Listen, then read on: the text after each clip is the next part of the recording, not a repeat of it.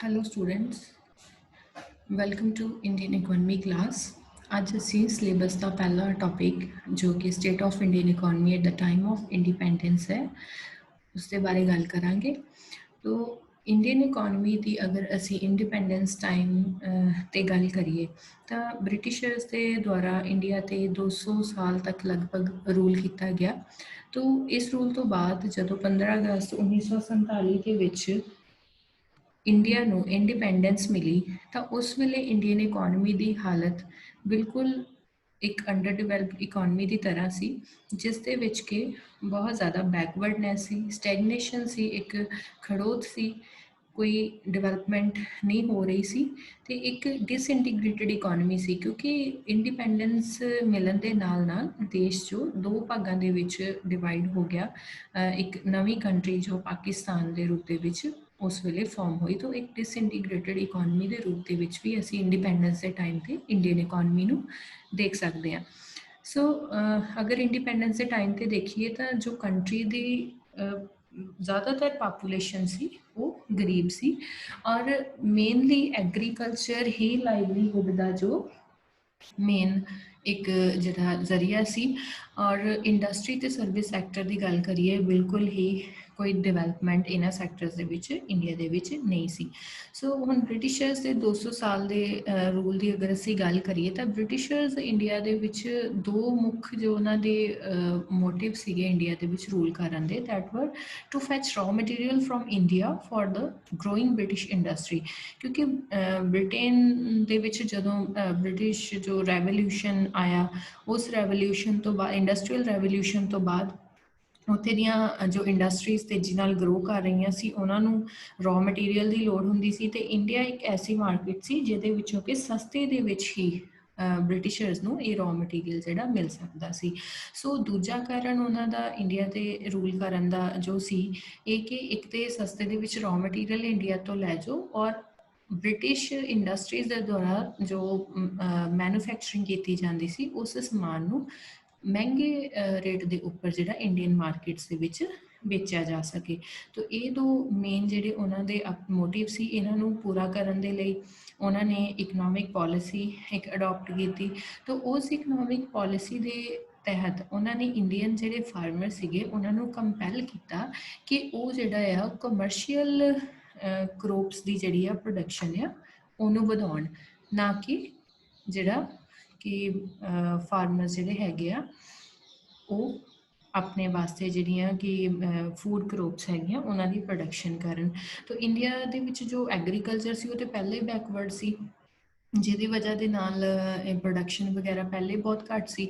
But ਜਦੋਂ Britishers ਨੇ ਇਹਨਾਂ ਨੂੰ ਮਜਬੂਰ ਕਰ ਦਿੱਤਾ ਫਾਰਮਰਸ ਨੂੰ ਕਿ ਉਹ ਫੂਡ ਕਰੋਪਸ ਦੀ ਜਗ੍ਹਾ ਸਿਰਫ ਉਹਨਾਂ ਕਰੋਪਸ ਨੂੰ ਉਗਾਉਣ ਜਿਹੜੀਆਂ ਕਿ ਬ੍ਰਿਟੇਨ ਦੀ ਇੰਡਸਟਰੀ ਨੂੰ ਰॉ ਮਟੀਰੀਅਲ ਦੇ ਤੌਰ ਤੇ ਚਾਹੀਦੀਆਂ, ਤੇ ਇੰਡੀਅਨ ਐਗਰੀਕਲਚਰ ਦਾ ਔਰ ਫਾਰਮਰਸ ਦੀ ਜਿਹੜੀ ਕੰਡੀਸ਼ਨ ਹੈਗੀ ਆ ਉਹ ਹੋਰ ਵੀ ਜ਼ਿਆਦਾ ਜਿਹੜੀ ਆ ਉਹ ਡਿਟੀਰੀਓਰੇਟ ਹੋਣੀ ਸ਼ੁਰੂ ਹੋ ਗਈ।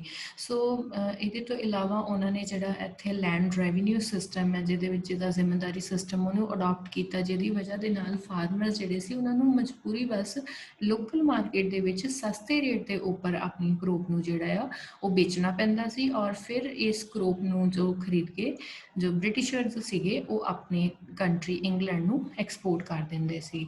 ਸੋ ਇਹ ਸਾਰੇ ਦੇ ਕਰਕੇ ਜਿਹੜਾ Indian handicraft and cottage industry ਸੀ ਉਹ ਲਗਭਗ ਤਬਾਹ ਹੋ ਗਈ, ਕਿਉਂਕਿ ਜੋ ਬ੍ਰਿਟੇਨ ਤੋਂ ਪ੍ਰੋਡਕਟਸ ਬਣ ਕੇ ਆ ਰਹੇ ਸੀ, ਮੈਨੂਫੈਕਚਰਿੰਗ ਹੋ ਕੇ ਆ ਰਹੀ ਸੀ ਇੰਡੀਅਨ ਮਾਰਕੀਟਸ ਦੇ ਵਿੱਚ, ਉਹਨੂੰ ਸਾਡਾ ਜੋ Indian handicraft and cottage industry ਹੈਗੀ ਆ ਉਹਨੂੰ ਕੰਪੀਟ ਨਹੀਂ ਕਰ ਪਾ ਰਹੀ। ਸੋ ਜਿਹਦੀ ਵਜ੍ਹਾ ਦੇ ਨਾਲ ਇਹਨਾਂ ਇੰਡਸਟਰੀਜ਼ ਦੇ ਵਿੱਚ ਕੰਮ ਕਰਨ ਵਾਲੇ ਜੋ ਕਾਰੀਗਰ ਸੀ ਉਹਨਾਂ ਨੂੰ ਮਜਬੂਰਨ ਆਪਣਾ ਇਹ ਕੰਮ ਛੱਡ ਕੇ ਇੱਕ ਲੇਬਰਰਸ ਦੇ ਤੌਰ ਤੇ ਜਾਂ ਜਿਹੜੇ ਲੈਂਡਲੈਸ ਫਾਰਮਰਸ ਦੇ ਤੌਰ ਤੇ ਹੈਗਾ ਉਹ ਕੰਮ ਕਰਨਾ ਪਿਆ।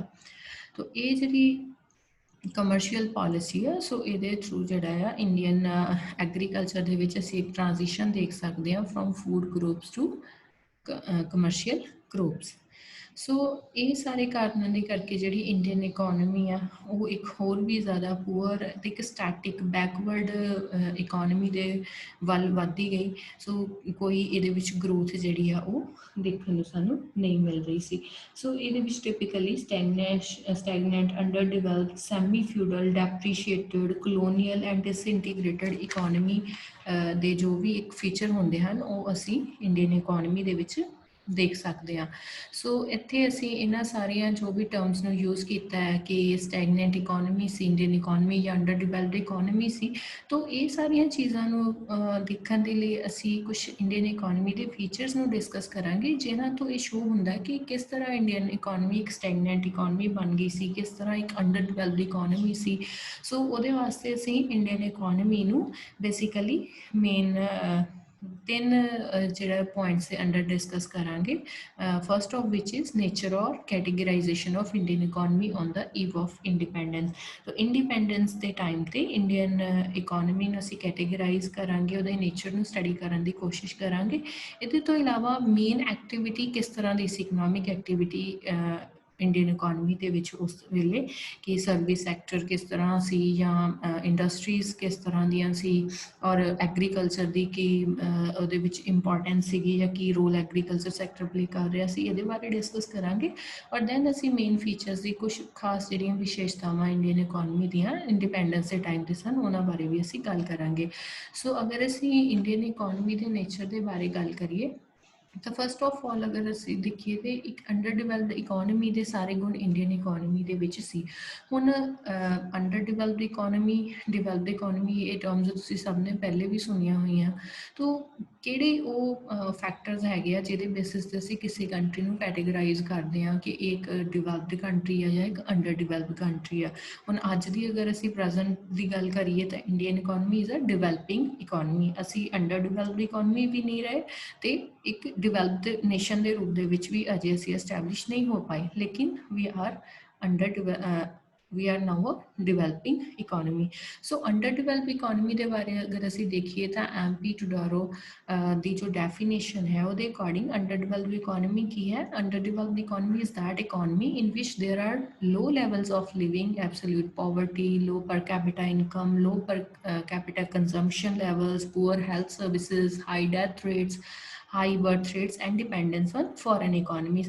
ਤਾਂ ਇਹ ਸਾਰੇ ਜਿਹੜੇ ਕੁਝ ਇਸ ਤਰ੍ਹਾਂ ਦੇ ਫੀਚਰਸ ਹੈਗੇ ਆ ਉਹ ਇੱਕ ਅੰਡਰ ਡਿਵੈਲਪ ਇਕੋਨਮੀ ਦੇ ਵਿੱਚ ਪਾਏ ਜਾਂਦੇ ਆ। ਤਾਂ ਹੁਣ ਅਗਰ ਅਸੀਂ ਇੰਡੀਅਨ ਇਕੋਨਮੀ ਦੀ ਗੱਲ ਕਰੀਏ ਤਾਂ ਇੰਡੀਪੈਂਡੈਂਸ ਦੇ ਟਾਈਮ 'ਤੇ 1947-48 ਦਾ ਅਗਰ ਅਸੀਂ ਡਾਟਾ ਦੇਖੀਏ ਤਾਂ ਇੰਡੀਅਨ ਇਕੋਨਮੀ ਦੇ ਵਿੱਚ ਪਰ ਕੈਪੀਟਾ ਇਨਕਮ ਉਸ ਟਾਈਮ 230 ਰੁਪਏ ਟੂ 30 ਰੁਪੀਜ਼ ਪਰ ਐਨਮ ਪਰ ਕੈਪੀਟਾ ਇਨਕਮ ਸੀ, ਜੋ ਕਿ ਬਹੁਤ ਹੀ ਘੱਟ ਸੀ।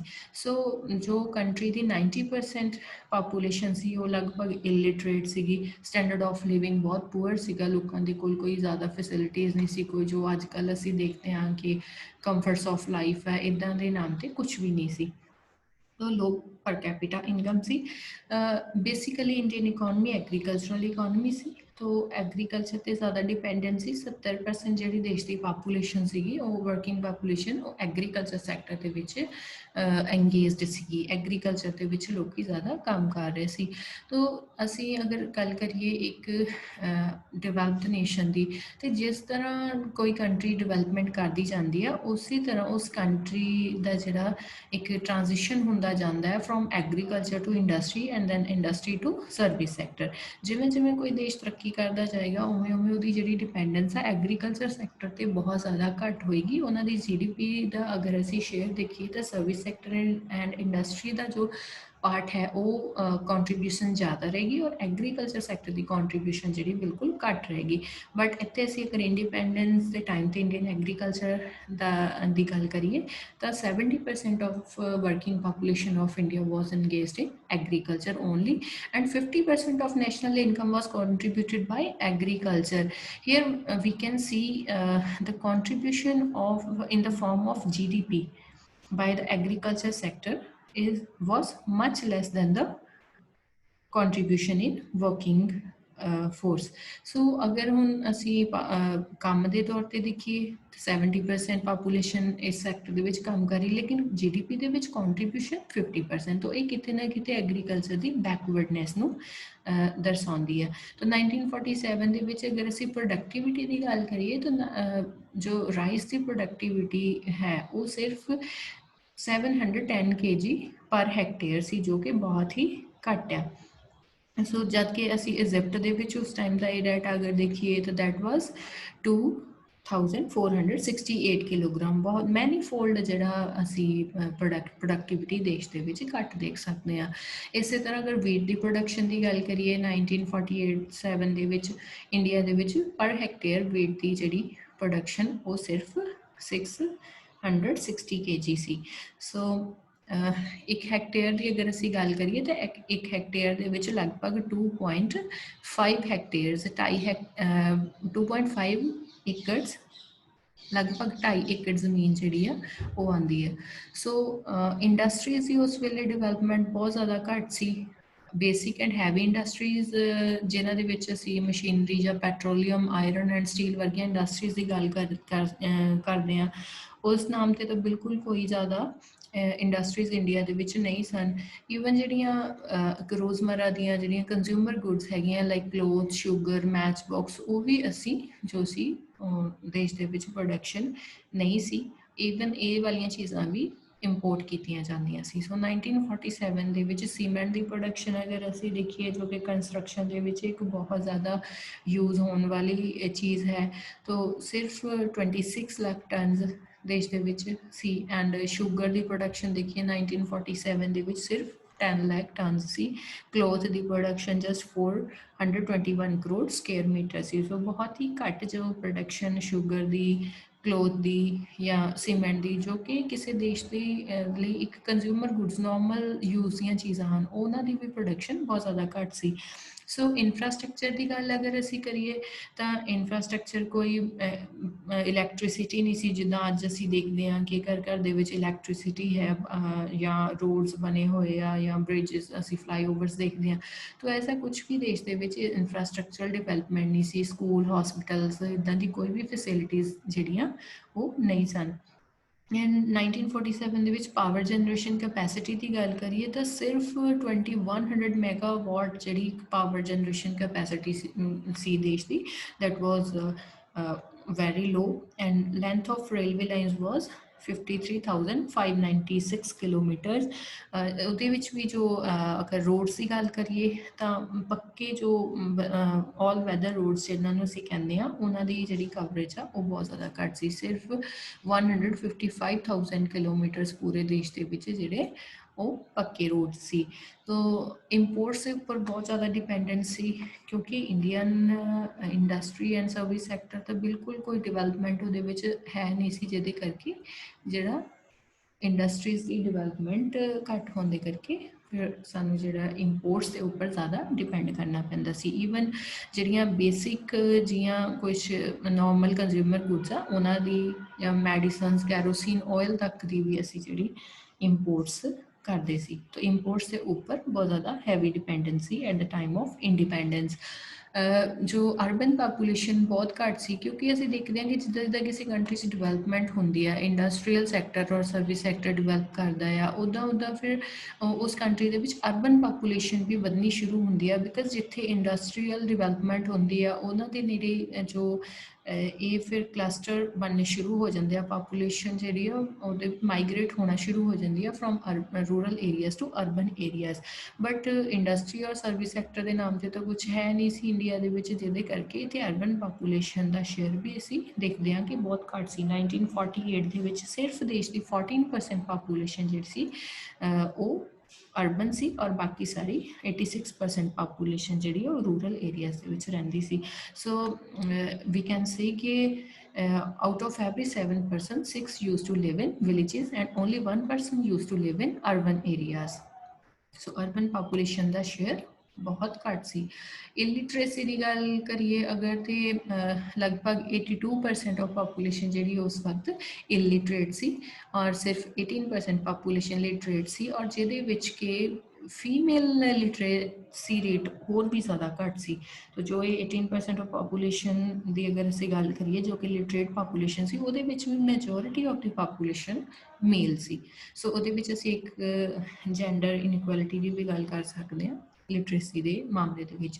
तो दूसरा अगर असी इत्थे एक being an under developed economy असी ये चीज़ां देखियां कि लिटरेसी सी या लो पर कैपिटा इनकम सी। हुण अगर असी स्टैगनेंट इकोनॉमी के तौर पर इंडियन इकोनॉमी की गल करिए तो स्टैगनेशन का मतलब हुंदा है कि किसी चीज़ का खड़ जाना जिहदे विच कोई ग्रोथ नहीं हो रही, कोई हिलजुल नहीं हो रही। तो Indian economy they which Britishers के द्वारा अगर असी उन्होंने लास्ट 100 ईयर्स का जो रूल है उस समय के दौरान देखिए फ्रॉम 1896 टू 1945 तो इंडियन इकोनॉमी के 100 साल ਦੇ ਵਿੱਚ सिर्फ ग्रोथ रेट ਜਿਹੜਾ ਸੀ ਉਹ per annum 0.5% C. That was negligible, बिल्कुल ही घट ਜਿਹੜਾ ਜ਼ੀਰੋ ਦੇ ਲਗਭਗ ਹੀ ਇਹ ਇਕੋਨਮੀ ਦਾ ਗਰੋਥ ਰੇਟ ਸੀ। ਸੋ ਇਹ ਗਰੋਥ ਰੇਟ ਇੰਨਾ ਘੱਟ ਹੋਣ ਦੇ ਵੀ ਕੁਝ ਸਪੈਸੀਫਿਕ ਰੀਜ਼ਨ ਸੀਗੇ। ਇੱਥੇ ਅਸੀਂ ਟੇਬਲ ਦੇ ਵਿੱਚ ਗਰੋਥ ਰੇਟ ਦੇਖ ਸਕਦੇ ਹਾਂ ਕਿ 1896 ਤੋਂ 1904 ਦੇ ਟਾਈਮ ਪੀਰੀਅਡ ਦੇ ਵਿੱਚ ਜਿਹੜਾ ਇਕੋਨਮੀ ਦਾ ਗਰੋਥ ਰੇਟ ਉਹ ਸਿਰਫ 1% ਸੀ। 1905 टू 15 तक ਜਿਹੜੇ 10 ਸਾਲ ਦੇ ਦੌਰਾਨ ਇਹ ਗਰੋਥ ਰੇਟ ਜਿਹੜਾ ਥੋੜਾ ਇੰਪਰੂਵ ਹੋਇਆ 3% ਹੋਇਆ। 1916 टू 25 ਦੇ ਵਿੱਚ ਜਿਹੜਾ ਆ ਇਹ ਗਰੋਥ ਰੇਟ ਮਾਈਨਸ ਦੇ ਵਿੱਚ ਚਲ ਗਿਆ। ਈਵਨ ਕਿ ਜੋ ਗਰੋਥ ਸੀ ਉਹ ਵੀ ਦੇਸ਼ ਦੇ ਵਿੱਚ ਜਿਹੜੀ ਆ ਉਹ ਨੈਗੇਟਿਵ ਹੋਣੀ ਸ਼ੁਰੂ ਹੋ ਗਈ। ਸੋ ਇਹਦੇ ਤੋਂ ਬਾਅਦ ਅਗਰ ਅਸੀਂ ਦੇਖੀਏ 1926 टू 35 ਦਾ ਟਾਈਮ ਪੀਰੀਅਡ -7 ਬਹੁਤ ਜ਼ਿਆਦਾ ਗਰੋਥ ਰੇਟ ਜਿਹੜਾ ਡਿਕਰੀਜ਼ ਹੋ ਗਿਆ ਵਧਣ ਦੀ ਬਜਾਏ। 1936 टू 45 ਤੱਕ -5 ਤੱਕ ਚਲੇ ਗਿਆ। ਸੋ ਇਹਦੇ ਵਾਸਤੇ ਇਹ ਜੋ ਸਟੈਗਨੇਸ਼ਨ ਅਸੀਂ ਦੇਖ ਰਹੇ ਹਾਂ ਇਕੋਨਮੀ ਦੇ ਵਿੱਚ ਇਹਦੇ ਵਿੱਚ ਬਹੁਤ ਸਾਰੇ ਰੀਜ਼ਨ ਜਿਹੜੇ ਹੈਗੇ ਆ ਉਹ ਅਸੀਂ ਦੇਖ ਸਕਦੇ ਹਾਂ। तो इन्ह रीजन के विच अगर असी देखिए कि एक तो कलोनीअल एक्सप्लोइटेशन के जो ब्रिटिशर सीगे वो अपने अकॉर्डिंग अपनी जो इंग्लैंड दियां इंडस्ट्री के अकॉर्डिंग उन्होंने जो नीड सी उही चीज़ां की देश के विच प्रोडक्शन करवा रहे सी फार्मर्स के कोलों, जिहदे करके इत्थे दी एग्रीकल्चर दे विच फूड क्रॉप्स की जिहड़ी प्रोडक्शन आ वो बहुत घट गई और सस्ते रेट ते उन्हां कोलों लोकल मार्केट्स दे विच ही जिहड़ी प्रोडक्शन आ उहनूं खरीद लिया जांदा सीगा। फ्यूडल सिस्टम ਸੀਗਾ ਲਾਈਕ ਜ਼ਮੀਂਦਾਰੀ ਸਿਸਟਮ ਸੀ ਜਾਂ ਅਸੀਂ ਇਹ ਜਿਹੜੇ ਸਿਸਟਮ ਚੱਲਦੇ ਸੀਗੇ ਉਹਨਾਂ ਦੀ ਗੱਲ ਕਰੀਏ ਤਾਂ ਉਹਦੀ ਇਹਨਾਂ ਸਾਰੇ ਸਿਸਟਮ ਦੇ ਅੰਡਰ ਜਿਹੜਾ ਇੱਕ ਫਾਰਮਰ ਅਸਲ ਦੇ ਵਿੱਚ ਪ੍ਰੋਡਕਸ਼ਨ ਕਰਦਾ ਸੀ ਉਹਦੇ ਕੋਲ ਬਹੁਤ ਘੱਟ ਸ਼ੇਅਰ ਬਚਦਾ ਸੀਗਾ ਤੇ ਬਾਕੀ ਸਾਰਾ ਸ਼ੇਅਰ ਜਿਹੜਾ ਉਹ ਜ਼ਮੀਂਦਾਰਜ਼ ਜਾਂ ਜਿਹੜੇ ਬ੍ਰਿਟਿਸ਼ਰਜ਼ ਹੈਗੇ ਆ ਉਹ ਲਗਾਨ ਦੇ ਨਾਮ ਤੇ ਰੈਂਟ ਦੇ ਨਾਮ ਤੇ ਉਹਨਾਂ ਦੇ ਕੋਲੋਂ ਲੈ ਲੈਂਦੇ ਸੀਗੇ। ਸੋ ਜਿਸ ਕਰਕੇ ਫਾਰਮਰ ਦੇ ਕੋਲ ਕੋਈ ਇੱਦਾਂ ਦੀ ਇਨਕਮ ਬਚਦੀ ਨਹੀਂ ਸੀ ਜਿਹਦੇ ਨਾਲ ਉਹ ਅੱਗੇ ਐਗਰੀਕਲਚਰਲ ਡਿਵੈਲਪਮੈਂਟ ਕਰ ਸਕੇ। सो रेनफॉल ते ज़्यादा डिपेंडेंस सी एग्रीकल्चर की कोई अजकल जिद्दां असीं मॉडर्न फैसिलिटीज़ देखते हैं इरीगेशन दियां इस तरह का कुछ नहीं सी। सो रेनफेड एग्रीकल्चर सी, कदे बारिश हो गई तो अच्छी फसल हो गई अदरवाइज नहीं तो ड्रॉट है या कोई इस तरह की सिचुएशन हो गई तो उसकी वजह के नाल क्रॉप जिहड़ी खराब हो जाती सी। सो ਜਿਹੜੀਆਂ ਸਮॉल स्केल इंडस्ट्रीज ਸੀਗੀਆਂ ਉਹਨਾਂ ਦੇ ਵਿੱਚ ਵੀ ਬਿਲਕੁਲ ਟੈਕਨੀਕਸ ਆਊਟਡੇਟਡ ਸੀਗੀਆਂ। कोई मॉडर्न टैक्नोलॉजी नहीं, कोई मॉडर्न मशीनरी ਉਹਦੇ ਵਿੱਚ यूज़ नहीं की जाती सी। फ्री ट्रेड पॉलिसी जो ब्रिटिशर्स ने इंडिया ਦੇ ਵਿੱਚ ਅਡਾਪਟ ਕੀਤੀ ਸੀ ਜਿਹਦੇ ਕਰਕੇ ਜਿਹੜਾ ਉਹ ਆਪਣਾ ਸਸਤੇ ਦੇ ਵਿੱਚ ਇਥੋਂ ਇੰਡੀਆ ਤੋਂ ਜੋ ਕ੍ਰੋਪਸ ਸੀਗੀਆਂ ਉਹਨਾਂ ਨੂੰ ਜਿੰਨੀ ਵੀ ਪ੍ਰੋਡਕਸ਼ਨ ਹੁੰਦੀ ਸੀ ਐਕਸਪੋਰਟ ਕਰਕੇ ਸਸਤੇ ਦੇ ਵਿੱਚ ਆਪਣੀ ਕੰਟਰੀ ਦੇ ਵਿੱਚ ਲੈ ਜਾਂਦੇ ਸੀ।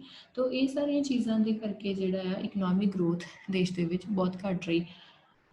ਸੋ ਅਗਰ ਅਸੀਂ ਹੁਣ गल करिए as a semi feudal economy Indian economy तो इत्थे वर्ड यूज़ किया गया सैमी फ्यूडल कि पूरी तरह फ्यूडल इकोनॉमी के फीचर इंडियन इकोनॉमी च नहीं सी but it was like a semi feudal economy. हुण अगर असीं इत्थे फ्यूडलिज्म की गल करिए तो फ्यूडलिज्म हुंदा की है ਉਹਨੂੰ ਸਮਝਣਾ ਜ਼ਰੂਰੀ ਹੈ। तो फ्यूडलिज्म जिसनों कि ਅਸੀਂ ਪੰਜਾਬੀ ਦੇ ਵਿੱਚ ਸਾਮੰਤਵਾਦ ਵੀ ਕਹਿੰਦੇ ਆ ਯੂਰਪੀਅਨ ओरिजिन ਹੈਗਾ ਇਹਦਾ। ਯੂਰਪ ਦੇ ਵਿੱਚ ਇਹ ਜਿਹੜਾ ਸਿਸਟਮ ਆ ਉਹ ਸ਼ੁਰੂ ਹੋਇਆ। ਇਹਦੇ ਵਿੱਚ ਹੁੰਦਾ ਕੀ ਸੀਗਾ ਕਿ ਜੋ landed nobility had lands from the crown in exchange for military services, while the peasants were obliged to live on their lord's land and give them homage labor share of the produce notionally in exchange for military production। तो की सीगा कि जड़ा Europe ਦੇ ਵਿੱਚ ਇਹ system ਸ਼ੁਰੂ ਹੋਇਆ ਜਿਹਦੇ ਵਿੱਚ ਕਿ ਜਿਨ੍ਹਾਂ ਦੇ ਕੋਲ ਲੈਂਡ ਹੁੰਦੀ ਸੀਗੀ, ਨੋਬਿਲਿਟੀ ਕਲਾਸ ਸੀ ਜਿਹੜੀ, ਉਹ ਆਪਣੀਆਂ ਜਿਹੜੀਆਂ ਮਿਲਟਰੀ ਸਰਵਿਸਿਜ਼ ਕਰਾਉਣ ਨੂੰ, ਮਤਲਬ ਉੱਥੇ ਦੇ ਜੋ ਵੀ ਰਾਜੇ ਸੀ ਜਾਂ ਜੋ ਵੀ ਰੂਲਰ ਸੀ ਉਹਨਾਂ ਨੂੰ ਆਪਣੀ ਮਿਲਟਰੀ ਸਰਵਿਸ ਪ੍ਰੋਵਾਈਡ ਕਰਦੇ ਸੀ, ਜਿਹਦੇ ਬਦਲੇ ਦੇ ਵਿੱਚ ਕਿ ਨੋਬਿਲਿਟੀ ਕਲਾਸ ਨੂੰ ਕਰਾਉਣ ਦੇ ਦੁਆਰਾ ਜ਼ਮੀਨ ਦੇ ਦਿੱਤੀ ਜਾਂਦੀ ਸੀ। ਹੁਣ ਉਹ ਜ਼ਮੀਨ ਤੇ ਉਹ ਨੋਬਿਲਿਟੀ ਕਲਾਸ ਖੁਦ ਖੇਤੀ ਨਹੀਂ ਕਰਦੀ ਸੀ, ਬਲਕਿ ਜਿਹੜੇ ਲੈਂਡਲੈਸ ਪੀਸੈਂਟ ਸੀਗੇ ਉਹ ਉਹਨਾਂ ਤੇ ਖੇਤੀ ਕਰਦੇ ਸੀਗੇ, ਜਿਹਦੇ ਵਿੱਚੋਂ ਕਿ ਜ਼ਿਆਦਾਤਰ ਪ੍ਰੋਡਕਸ਼ਨ ਦਾ ਸ਼ੇਅਰ ਇਹ ਨੋਬਿਲਿਟੀ ਕਲਾਸ ਉਹਨਾਂ ਤੋਂ ਲੈ ਲੈਂਦੀ ਸੀਗੀ ਰੈਂਟ ਦੇ ਤੌਰ ਤੇ, ਔਰ ਇਹਦੇ ਬਦਲੇ ਦੇ ਵਿੱਚ ਉਹਨਾਂ ਨੂੰ ਜਿਹੜੀ ਆਪਣੀ ਮਿਲਟਰੀ ਪ੍ਰੋਟੈਕਸ਼ਨ ਆ ਉਹ ਉਹਨਾਂ ਨੂੰ ਪ੍ਰੋਵਾਈਡ ਕਰਦੇ ਸੀ। ਸੋ ਜਿਹਦੇ ਬਦਲੇ 'ਚ ਕਿ ਪੀਸੈਂਟਸ ਆਪਣੀ ਲੇਬਰ ਜਿਹੜੀ ਆ ਉਹਨਾਂ ਨੂੰ ਉਹ ਆਫਰ ਕਰਦੇ ਸੀ। ਸੋ ਇਹ ਜਿਹੜਾ ਸਿਸਟਮ ਇਸ ਤਰ੍ਹਾਂ ਦਾ ਵੀ ਇੰਡੀਅਨ ਇਕੋਨਮੀ ਦੇ ਵਿੱਚ ਬ੍ਰਿਟਿਸ਼ਰਸ ਦੀ ਪਾਲਿਸੀ ਦੇ ਅੰਡਰ ਆਇਆ, ਤੇ ਉਹਨਾਂ ਨੇ ਜਿਹੜਾ ਬ੍ਰਿਟਿਸ਼ਰ ਗਵਰਨਮੈਂਟ ਨੇ ਜ਼ਮੀਂਦਾਰੀ ਸਿਸਟਮ ਨੂੰ ਇੰਡੀਆ ਦੇ ਵਿੱਚ ਜਿਹੜਾ ਆ ਉਹ ਇੰਟਰੋਡਿਊਸ ਕੀਤਾ। ਹੁਣ ਇਹਦੇ ਨਾਲ ਕੀ ਹੋਇਆ ਕਿ ਜਿਹੜਾ ਐਕਚੁਅਲ ਕਲਟੀਵੇਟਰ ਸੀ, ਜੋ ਅਸਲ ਦੇ ਵਿੱਚ ਫਾਰਮਰ ਖੇਤੀ ਕਰ ਰਿਹਾ, ਮਿਹਨਤ ਕਰ ਰਿਹਾ, ਉਹਨੂੰ ਲੈਂਡ ਤੇ ਕੋਈ ਲੀਗਲ ਰਾਈਟ ਹੀ ਨਹੀਂ ਹੈਗਾ। ਜਿਸ ਲੈਂਡ ਨੂੰ ਕਲਟੀਵੇਟ ਕਰ ਰਿਹਾ ਉਸ ਲੈਂਡ ਦਾ ਲੀਗਲ ਮਾਲਕ ਨਹੀਂ ਹੈਗਾ। ਸੋ ਇਹਦੇ ਤੋਂ ਇਲਾਵਾ ਇਹਦੇ ਵਿੱਚ ਕੀ ਕੀਤਾ ਜਾਂਦਾ ਸੀ ਕਿ land revenue was fixed for all times for areas having permanent settlement, but the rent of land continue to rise. ਤੋ ਜਿਹੜਾ ਇਹ ਪਰਮਾਨੈਂਟਲੀ ਉਹਨਾਂ ਨੇ ਏਰੀਆ ਵਾਈਜ਼ ਲੈਂਡ ਰੈਵਨਿਊ ਜਿਹੜੀ ਸੀਗੀ ਉਹ ਫਿਕਸ ਕਰਦੀ ਸੀ ਕਿ ਇੰਨਾ ਜਿਹੜਾ ਪ੍ਰੋਡਕਸ਼ਨ ਦਾ ਸ਼ੇਅਰ ਹੈਗਾ ਆ ਉਹ ਜਿਹੜਾ ਉੱਥੇ ਦੇ ਬ੍ਰਿਟਿਸ਼ਰਸ ਜਿਹੜੇ ਰੂਲਰ ਹੈਗੇ ਆ ਉਹਨਾਂ ਨੂੰ ਫਾਰਮਰ ਨੂੰ ਦੇਣਾ ਪਏਗਾ। ਸੋ ਇਸ ਸਾਰੇ ਸਿਸਟਮ ਦੀ ਵਜ੍ਹਾ ਦੇ ਨਾਲ ਜਿਹੜਾ ਇੱਕ ਮਿਡਲਮੈਨ ਜਿਹੜੇ ਸੀ ਉਹਨਾਂ ਦੀ ਇੱਕ ਲੌਂਗ ਚੇਨ ਕ੍ਰੀਏਟ ਹੋ ਗਈ, ਬਿਕਾਜ਼ ਬ੍ਰਿਟਿਸ਼ਰਸ ਨੇ ਇਹ ਕੰਮ ਕੀ ਕੀਤਾ ਕਿ ਏਰੀਆ ਦੇ ਵਿੱਚ ਦੇਖੇ ਜਿਹੜੇ ਵੱਡੇ ਜ਼ਮੀਂਦਾਰ ਹੈਗੇ ਆ ਉਹਨਾਂ ਨੂੰ ਉਹਨਾਂ ਦੇ ਨਾਲ ਇਹ ਸੈਟਲਮੈਂਟ ਕਰ ਲਈ ਕਿ ਤੁਸੀਂ ਆਪਣੇ ਏਰੀਆ ਦੇ ਫਾਰਮਰਸ ਤੋਂ ਸਾਰੀ ਇਹ ਸਾਡਾ ਜਿਹੜਾ ਅਸੀਂ ਸ਼ੇਅਰ ਰੈਂਟ ਦੇ ਰੂਪ 'ਚ ਉਹਨਾਂ ਤੋਂ ਕਲੈਕਟ ਕਰਨਾ, ਉਹ ਤੁਸੀਂ ਕਲੈਕਟ ਕਰੋਗੇ ਤੇ ਕਲੈਕਟ ਕਰਕੇ ਸਾਨੂੰ ਦੋਗੇ, ਅੱਗੇ ਤੁਸੀਂ ਇਹਨਾਂ ਦੇ ਕੋਲੋਂ ਜਿੱਦਾਂ ਮਰਜ਼ੀ ਉਹਨੂੰ ਕਲੈਕਟ ਕਰਨਾ, ਉਹਦੇ ਬਦਲੇ ਦੇ ਵਿੱਚ ਜਿਹੜਾ ਬ੍ਰਿਟਿਸ਼ਰ ਸੀ ਉਹਨਾਂ ਜ਼ਮੀਂਦਾਰਾਂ ਨੂੰ ਸ਼ੇਅਰ ਦਿੰਦੇ ਸੀਗੇ। ਸੋ ਇਹ ਜਿਹੜਾ 1/11 ਸ਼ੇਅਰ ਹੁੰਦਾ ਸੀ ਉਹ ਜ਼ਮੀਂਦਾਰ ਦਾ ਹੋਏਗਾ ਤੇ 10 ਪਾਰਟਸ ਜਿਹੜੇ ਆ ਉਹ ਜਾਏਗਾ ਜੋ ਬ੍ਰਿਟਿਸ਼ਰ ਰੂਲਰਸ ਹੈਗੇ ਆ। ਸੋ ਇਸ ਤਰ੍ਹਾਂ ਇਹ ਜਿਹੜਾ ਫਾਰਮਰ ਸੀ ਬਹੁਤ ਜ਼ਿਆਦਾ ਐਕਸਪਲੋਟੇਸ਼ਨ ਇਸ ਸਿਸਟਮ ਦੇ ਅੰਡਰ ਹੁੰਦੀ ਸੀ। ਸੋ ਕੈਪੀਟਲਿਜ਼ਮ ਦੀ ਗੱਲ ਕਰੀਏ ਤੇ ਸੈਮੀ ਫਿਊਡਲ ਨੇਚਰ ਦੇ ਅੰਡਰ ਹੀ ਅਗਰ ਦੇਖੀਏ ਤੇ ਕੈਪੀਟਲਿਜ਼ਮ ਦੀ ਸ਼ੁਰੂਆਤ ਕਿਤੇ ਨਾ ਕਿਤੇ ਇੰਡੀਅਨ ਇਕੋਨਮੀ ਦੇ ਵਿੱਚ ਬ੍ਰਿਟਿਸ਼ ਰੂਲ ਦੇ ਦੌਰਾਨ ਹੀ ਹੋਊਗੀ। ਸੋ ਕਿਉਂਕਿ ਬ੍ਰਿਟਿਸ਼ਰਸ ਨੇ ਪਹਿਲਾਂ ਆਪਣੀ ਇਕਨੋਮਿਕ ਪਾਲਿਸੀ ਦੇ ਅੰਡਰ ਜਿਹੜਾ ਸਟੈਪ ਚੁੱਕਿਆ ਉਹ ਕੀ ਕੀਤਾ ਕਿ ਇੰਡੀਅਨ ਫਾਰਮਰਸ ਨੂੰ ਫੂਡ ਕ੍ਰੌਪਸ ਦੀ ਪ੍ਰੋਡਕਸ਼ਨ ਤੋਂ ਹਟਾ ਕੇ ਉਹਨਾਂ ਨੂੰ ਮਜਬੂਰ ਕੀਤਾ ਕਿ ਉਹ ਕਮਰਸ਼ੀਅਲ ਕ੍ਰੌਪਸ ਦੀ ਪ੍ਰੋਡਕਸ਼ਨ ਕਰਨ। ਹੁਣ ਕਮਰਸ਼ੀਅਲ ਕ੍ਰੌਪਸ ਦੀ ਪ੍ਰੋਡਕਸ਼ਨ ਜੋ ਹੋ ਰਹੀ ਸੀ ਉਹਨੂੰ ਉਹ ਖਰੀਦਦੇ ਸੀ ਔਰ ਉਸ ਪ੍ਰੋਡਕਸ਼ਨ ਨੂੰ ਅੱਗੇ ਜਿਹੜਾ ਆ ਉਹ ਮੈਨੂਫੈਕਚਰਿੰਗ ਦੇ ਲਈ ਯੂਜ਼ ਕਰਦੇ ਸੀ। ਸੋ ਬਹੁਤ ਸਾਰੀਆਂ ਜਿਹੜੀਆਂ ਉਹਨਾਂ ਨੇ ਇੱਦਾਂ ਦੀਆਂ ਕਾਟਨ, ਟੈਕਸਟਾਈਲ ਜਾਂ jute, iron and steel, sugar, paper, ਇਹਨਾਂ ਸਾਰੇ ਪ੍ਰੋਡਕਟਸ ਨਾਲ ਰਿਲੇਟਡ ਇੰਡਸਟਰੀਜ਼ ਹੈਗੀਆਂ ਉਹਨਾਂ ਨੂੰ ਡਿਵੈਲਪ ਕੀਤਾ, ਜੋ ਕਿ ਕੈਪੀਟਲਿਸਟਿਕ ਇੰਡਸਟਰੀਜ਼ ਦੇ ਤੌਰ ਤੇ ਕੰਮ ਕਰਦੀਆਂ ਸੀ, ਜਿਨ੍ਹਾਂ ਦੇ ਵਿੱਚ ਕਿ ਇਹ ਬ੍ਰਿਟਿਸ਼ਰਸ ਦੀ ਹੀ ਓਨਰਸ਼ਿਪ ਸੀ। ਔਰ ਇਸ ਤੋਂ ਇਲਾਵਾ ਅਸੀਂ ਐਗਰੀਕਲਚਰ ਦੇ ਵਿੱਚ ਗੱਲ ਕਰੀਏ ਤਾਂ ਐਗਰੀਕਲਚਰ ਦੇ ਵਿੱਚ ਕਮਰਸ਼ੀਅਲ ਕ੍ਰੌਪਸ ਦੀ ਜਿਹੜੀ ਇੰਪੋਰਟੈਂਸ ਹੈ ਉਸ ਵੇਲੇ ਉਹਨਾਂ ਦੇ ਕਰਕੇ ਜ਼ਿਆਦਾ ਹੋ ਗਈ। ਤੋ ਐਗਰੀਕਲਚਰ ਪ੍ਰੋਡਕਸ਼ਨ ਜ਼ਿਆਦਾਤਰ ਜਿਹੜੀ ਆ ਸੇਲ ਦੇ ਲਈ ਮਾਰਕੀਟਸ ਦੇ ਵਿੱਚ ਭੇਜ ਦਿੱਤੀ ਜਾਂਦੀ ਸੀ, ਕਿਉਂਕਿ ਕਮਰਸ਼ੀਅਲ ਜੋ ਕ੍ਰੌਪਸ ਹੈਗੀਆਂ ਉਹਨਾਂ ਦੀ ਪ੍ਰੋਡਕਸ਼ਨ ਹੁੰਦੀ ਹੀ ਆਲਮੋਸਟ ਜੋ ਮਾਰਕੀਟ ਦੇ ਵਿੱਚ ਸੇਲ ਕਰਨ ਦੇ ਲਈ ਹੈ, ਨਾ ਕਿ ਪਰਸਨਲ ਯੂਜ਼ ਦੇ ਲਈ। ਪਰਸਨਲ ਯੂਜ਼ ਦੇ ਲਈ ਜ਼ਿਆਦਾ ਕੀ ਯੂਜ਼ ਹੁੰਦਾ? ਫੂਡ ਕ੍ਰੌਪਸ, ਜਿਹਦੀਆਂ ਕਿ ਜਿਹਨੂੰ ਕਿ ਬ੍ਰਿਟਿਸ਼ਰਸ ਨੇ ਫਾਰਮਰਸ ਨੂੰ ਪ੍ਰੋਡਕਸ਼ਨ ਕਰਨ ਤੋਂ ਰੋਕਿਆ, ਜਾਂ ਉਹਦੀ ਵਜ੍ਹਾ ਦੇ ਨਾਲ ਦੇਸ਼ ਦੇ ਵਿੱਚ ਫੂਡ ਕ੍ਰੌਪਸ ਦੀ ਪ੍ਰੋਡਕਸ਼ਨ ਬਹੁਤ ਜ਼ਿਆਦਾ ਘਟ ਗਈ। ਸੋ ਡੈਪਰੀਸ਼ੀਏਟਡ ਇਕੋਨਮੀ ਦੇ ਤੌਰ ਤੇ ਇੰਡੀਅਨ ਇਕੋਨਮੀ ਦੀ ਗੱਲ ਕਰੀਏ ਤਾਂ ਡੈਪਰੀਸ਼ੀਏਟਡ ਵਰਡ ਦਾ ਮਤਲਬ ਕੀ ਹੈਗਾ ਕਿ ਜਦੋਂ ਕੋਈ ਚੀਜ਼ ਦੇ ਵਿੱਚ ਜੋ ਉਹ ਡੈਟੀਰੀਓਰੇਟ ਹੋ ਰਹੀ ਆ, ਉਹਦੇ ਵਿੱਚ ਘਿਸਾਵਟ ਆ ਰਹੀ ਆ। ਤੋ ਅਗਰ ਅਸੀਂ 1914 to 1918 ਦੀ ਗੱਲ ਕਰੀਏ ਵਰਲਡ ਵਾਰ ਫਸਟ ਦਾ period and 1939 to 1945 world war 2 ਇਹਨਾਂ ਦੇ ਵਿੱਚ ਬ੍ਰਿਟੇਨ ਦੀ ਇਨਵੋਲਵਮੈਂਟ ਦੇ ਕਰਕੇ ਜੋ ਬ੍ਰਿਟਿਸ਼ਰ ਰਿਸੋਰਸਿਸ ਸੀਗੇ ਸਾਰੇ ਉਹ ਇਹਨਾਂ ਨੇ ਵਾਰ ਦੇ ਵਿੱਚ ਲਗਾ ਦਿੱਤੇ, ਜਿਹਦੀ ਵਜ੍ਹਾ ਦੇ ਨਾਲ ਇਕੋਨਮੀ ਦੇ ਵਿੱਚ ਕੋਈ ਨਵੀਆਂ ਇੰਡੀਅਨ ਇਕੋਨਮੀ 'ਚ ਕੋਈ ਨਿਊ ਮਸ਼ੀਨਰੀ ਨਹੀਂ ਆ ਰਹੀ ਸੀ, ਕੋਈ ਨਿਊ ਟੈਕਨੋਲੋਜੀ ਨਹੀਂ ਆ ਰਹੀ ਸੀ, ਕਿਉਂਕਿ ਬ੍ਰਿਟੇਨ ਦੇ ਜੋ ਸਾਰੇ ਰਿਸੋਰਸਿਸ ਸੀ, ਜੋ ਉਹਨਾਂ ਦਾ ਸਾਰਾ ਧਿਆਨ ਸੀਗਾ ਉਹ ਆਲਮੋਸਟ ਜਿਹੜਾ world war 1 and world war 2 ਦੇ ਵਿੱਚ ਰਿਸੋਰਸਿਸ ਲਗਾਉਣ ਤੇ ਚਲੇ ਗਿਆ ਸੀ, ਔਰ ਜਿਹਦੀ ਵਜ੍ਹਾ ਨਾਲ ਇੰਨੀ ਮਾਸ ਡਿਸਟਰਕਸ਼ਨ ਵੀ ਹੋਈ world war 1 and world war 2 ਦੇ ਦੌਰਾਨ। ਤਾਂ ਉਹਦੀ ਵਜ੍ਹਾ ਦੇ ਨਾਲ ਇੱਕ ਇਕਨੋਮਿਕ ਸੈਟਬੈਕ ਬ੍ਰਿਟੇਨ ਨੂੰ ਜਿਹੜਾ ਫੇਸ ਕਰਨਾ ਪਿਆ, ਔਰ ਉਸ ਕਰਕੇ ਇੰਡੀਅਨ ਇਕੋਨਮੀ ਦੇ ਵਿੱਚ ਜਿਹੜੀ ਡੈਪਰੀਸੀਏਸ਼ਨ ਵੀ ਦੇਖਣ ਨੂੰ ਮਿਲੀ, ਬਿਕਾਜ਼ ਕੋਈ ਵੀ ਨਿਊ ਮਸ਼ੀਨਰੀ ਜਾਂ ਕੋਈ ਨਿਊ ਟੈਕਨੋਲੋਜੀ ਇੰਡੀਅਨ ਇਕੋਨਮੀ ਦੇ ਵਿੱਚ ਐਡ ਔਨ ਨਹੀਂ ਹੋ ਪਾ ਰਹੀ ਸੀ। ਬ੍ਰਿਟੇਨ ਤੋਂ ਕੋਈ ਵੀ ਨਿਊ ਚੀਜ਼ਾਂ ਦੀ ਇੱਦਾਂ ਦੀ ਸਪਲਾਈ ਜਿਹੜੀ ਆ ਉਹ ਨਹੀਂ ਆ ਪਾ ਰਹੀ ਸੀ, ਸੋ ਡੈਪਰੀਸੀਏਸ਼ਨ ਲਗਾਤਾਰ ਹੋਈ ਜਾ ਰਹੀ ਸੀ ਇਕੋਨਮੀ ਦੇ ਵਿੱਚ, ਔਰ ਕੋਈ ਵੀ ਲੇਕਿਨ ਫਰੈਸ਼ ਇਨਵੈਸਟਮੈਂਟ ਜਾਂ ਫਰੈਸ਼ ਜਿਹੜੀ ਐਡੀਸ਼ਨ ਹੈਗੀ ਆ ਇਕੋਨਮੀ ਦੇ ਵਿੱਚ ਕੈਪੀਟਲ ਦੀ ਉਹ ਨਹੀਂ ਹੋ ਪਾ ਰਹੀ ਸੀ। ਸੋ ਡਿਸਇੰਟੀਗ੍ਰੇਟਡ ਇਕੋਨਮੀ ਦੇ ਤੌਰ ਤੇ ਅਗਰ ਦੇਸ਼ ਦੀ ਗੱਲ ਕਰੀਏ ਤਾਂ ਉਹ ਇੱਕ ਪਾਰਟੀਸ਼ਨ ਦਾ ਅਸੀਂ ਇਫੈਕਟ ਦੇਖ ਸਕਦੇ ਹਾਂ, ਬਿਕਾਜ਼ 1947 ਦੇ ਵਿੱਚ ਇੰਡੀਪੈਂਡੈਂਸ ਮਿਲਣ ਦੇ ਨਾਲ ਹੀ ਦੇਸ਼ ਜਿਹੜਾ ਆ ਦੋ ਪਾਰਟਸ ਦੇ ਵਿੱਚ ਬਾਈਫਰਕੇਟ ਹੋ ਗਿਆ, ਪਾਕਿਸਤਾਨ ਇੱਕ ਨਿਊ ਕੰਟਰੀ ਬਣ ਗਈ, ਜਿਹਦੀ ਵਜ੍ਹਾ ਦੇ ਨਾਲ ਦੇਸ਼ ਦੀ ਪਾਪੂਲੇਸ਼ਨ ਦੇ ਨਾਲ ਨਾਲ ਏਰੀਆ ਦੇ ਨਾਲ ਨਾਲ ਸਾਰੇ ਰਿਸੋਰਸਿਸ ਜਿਹੜੇ ਆ ਉਹ ਵੀ ਦੋ ਪਾਰਟਸ ਦੇ ਵਿੱਚ ਵੰਡੇ ਗਏ।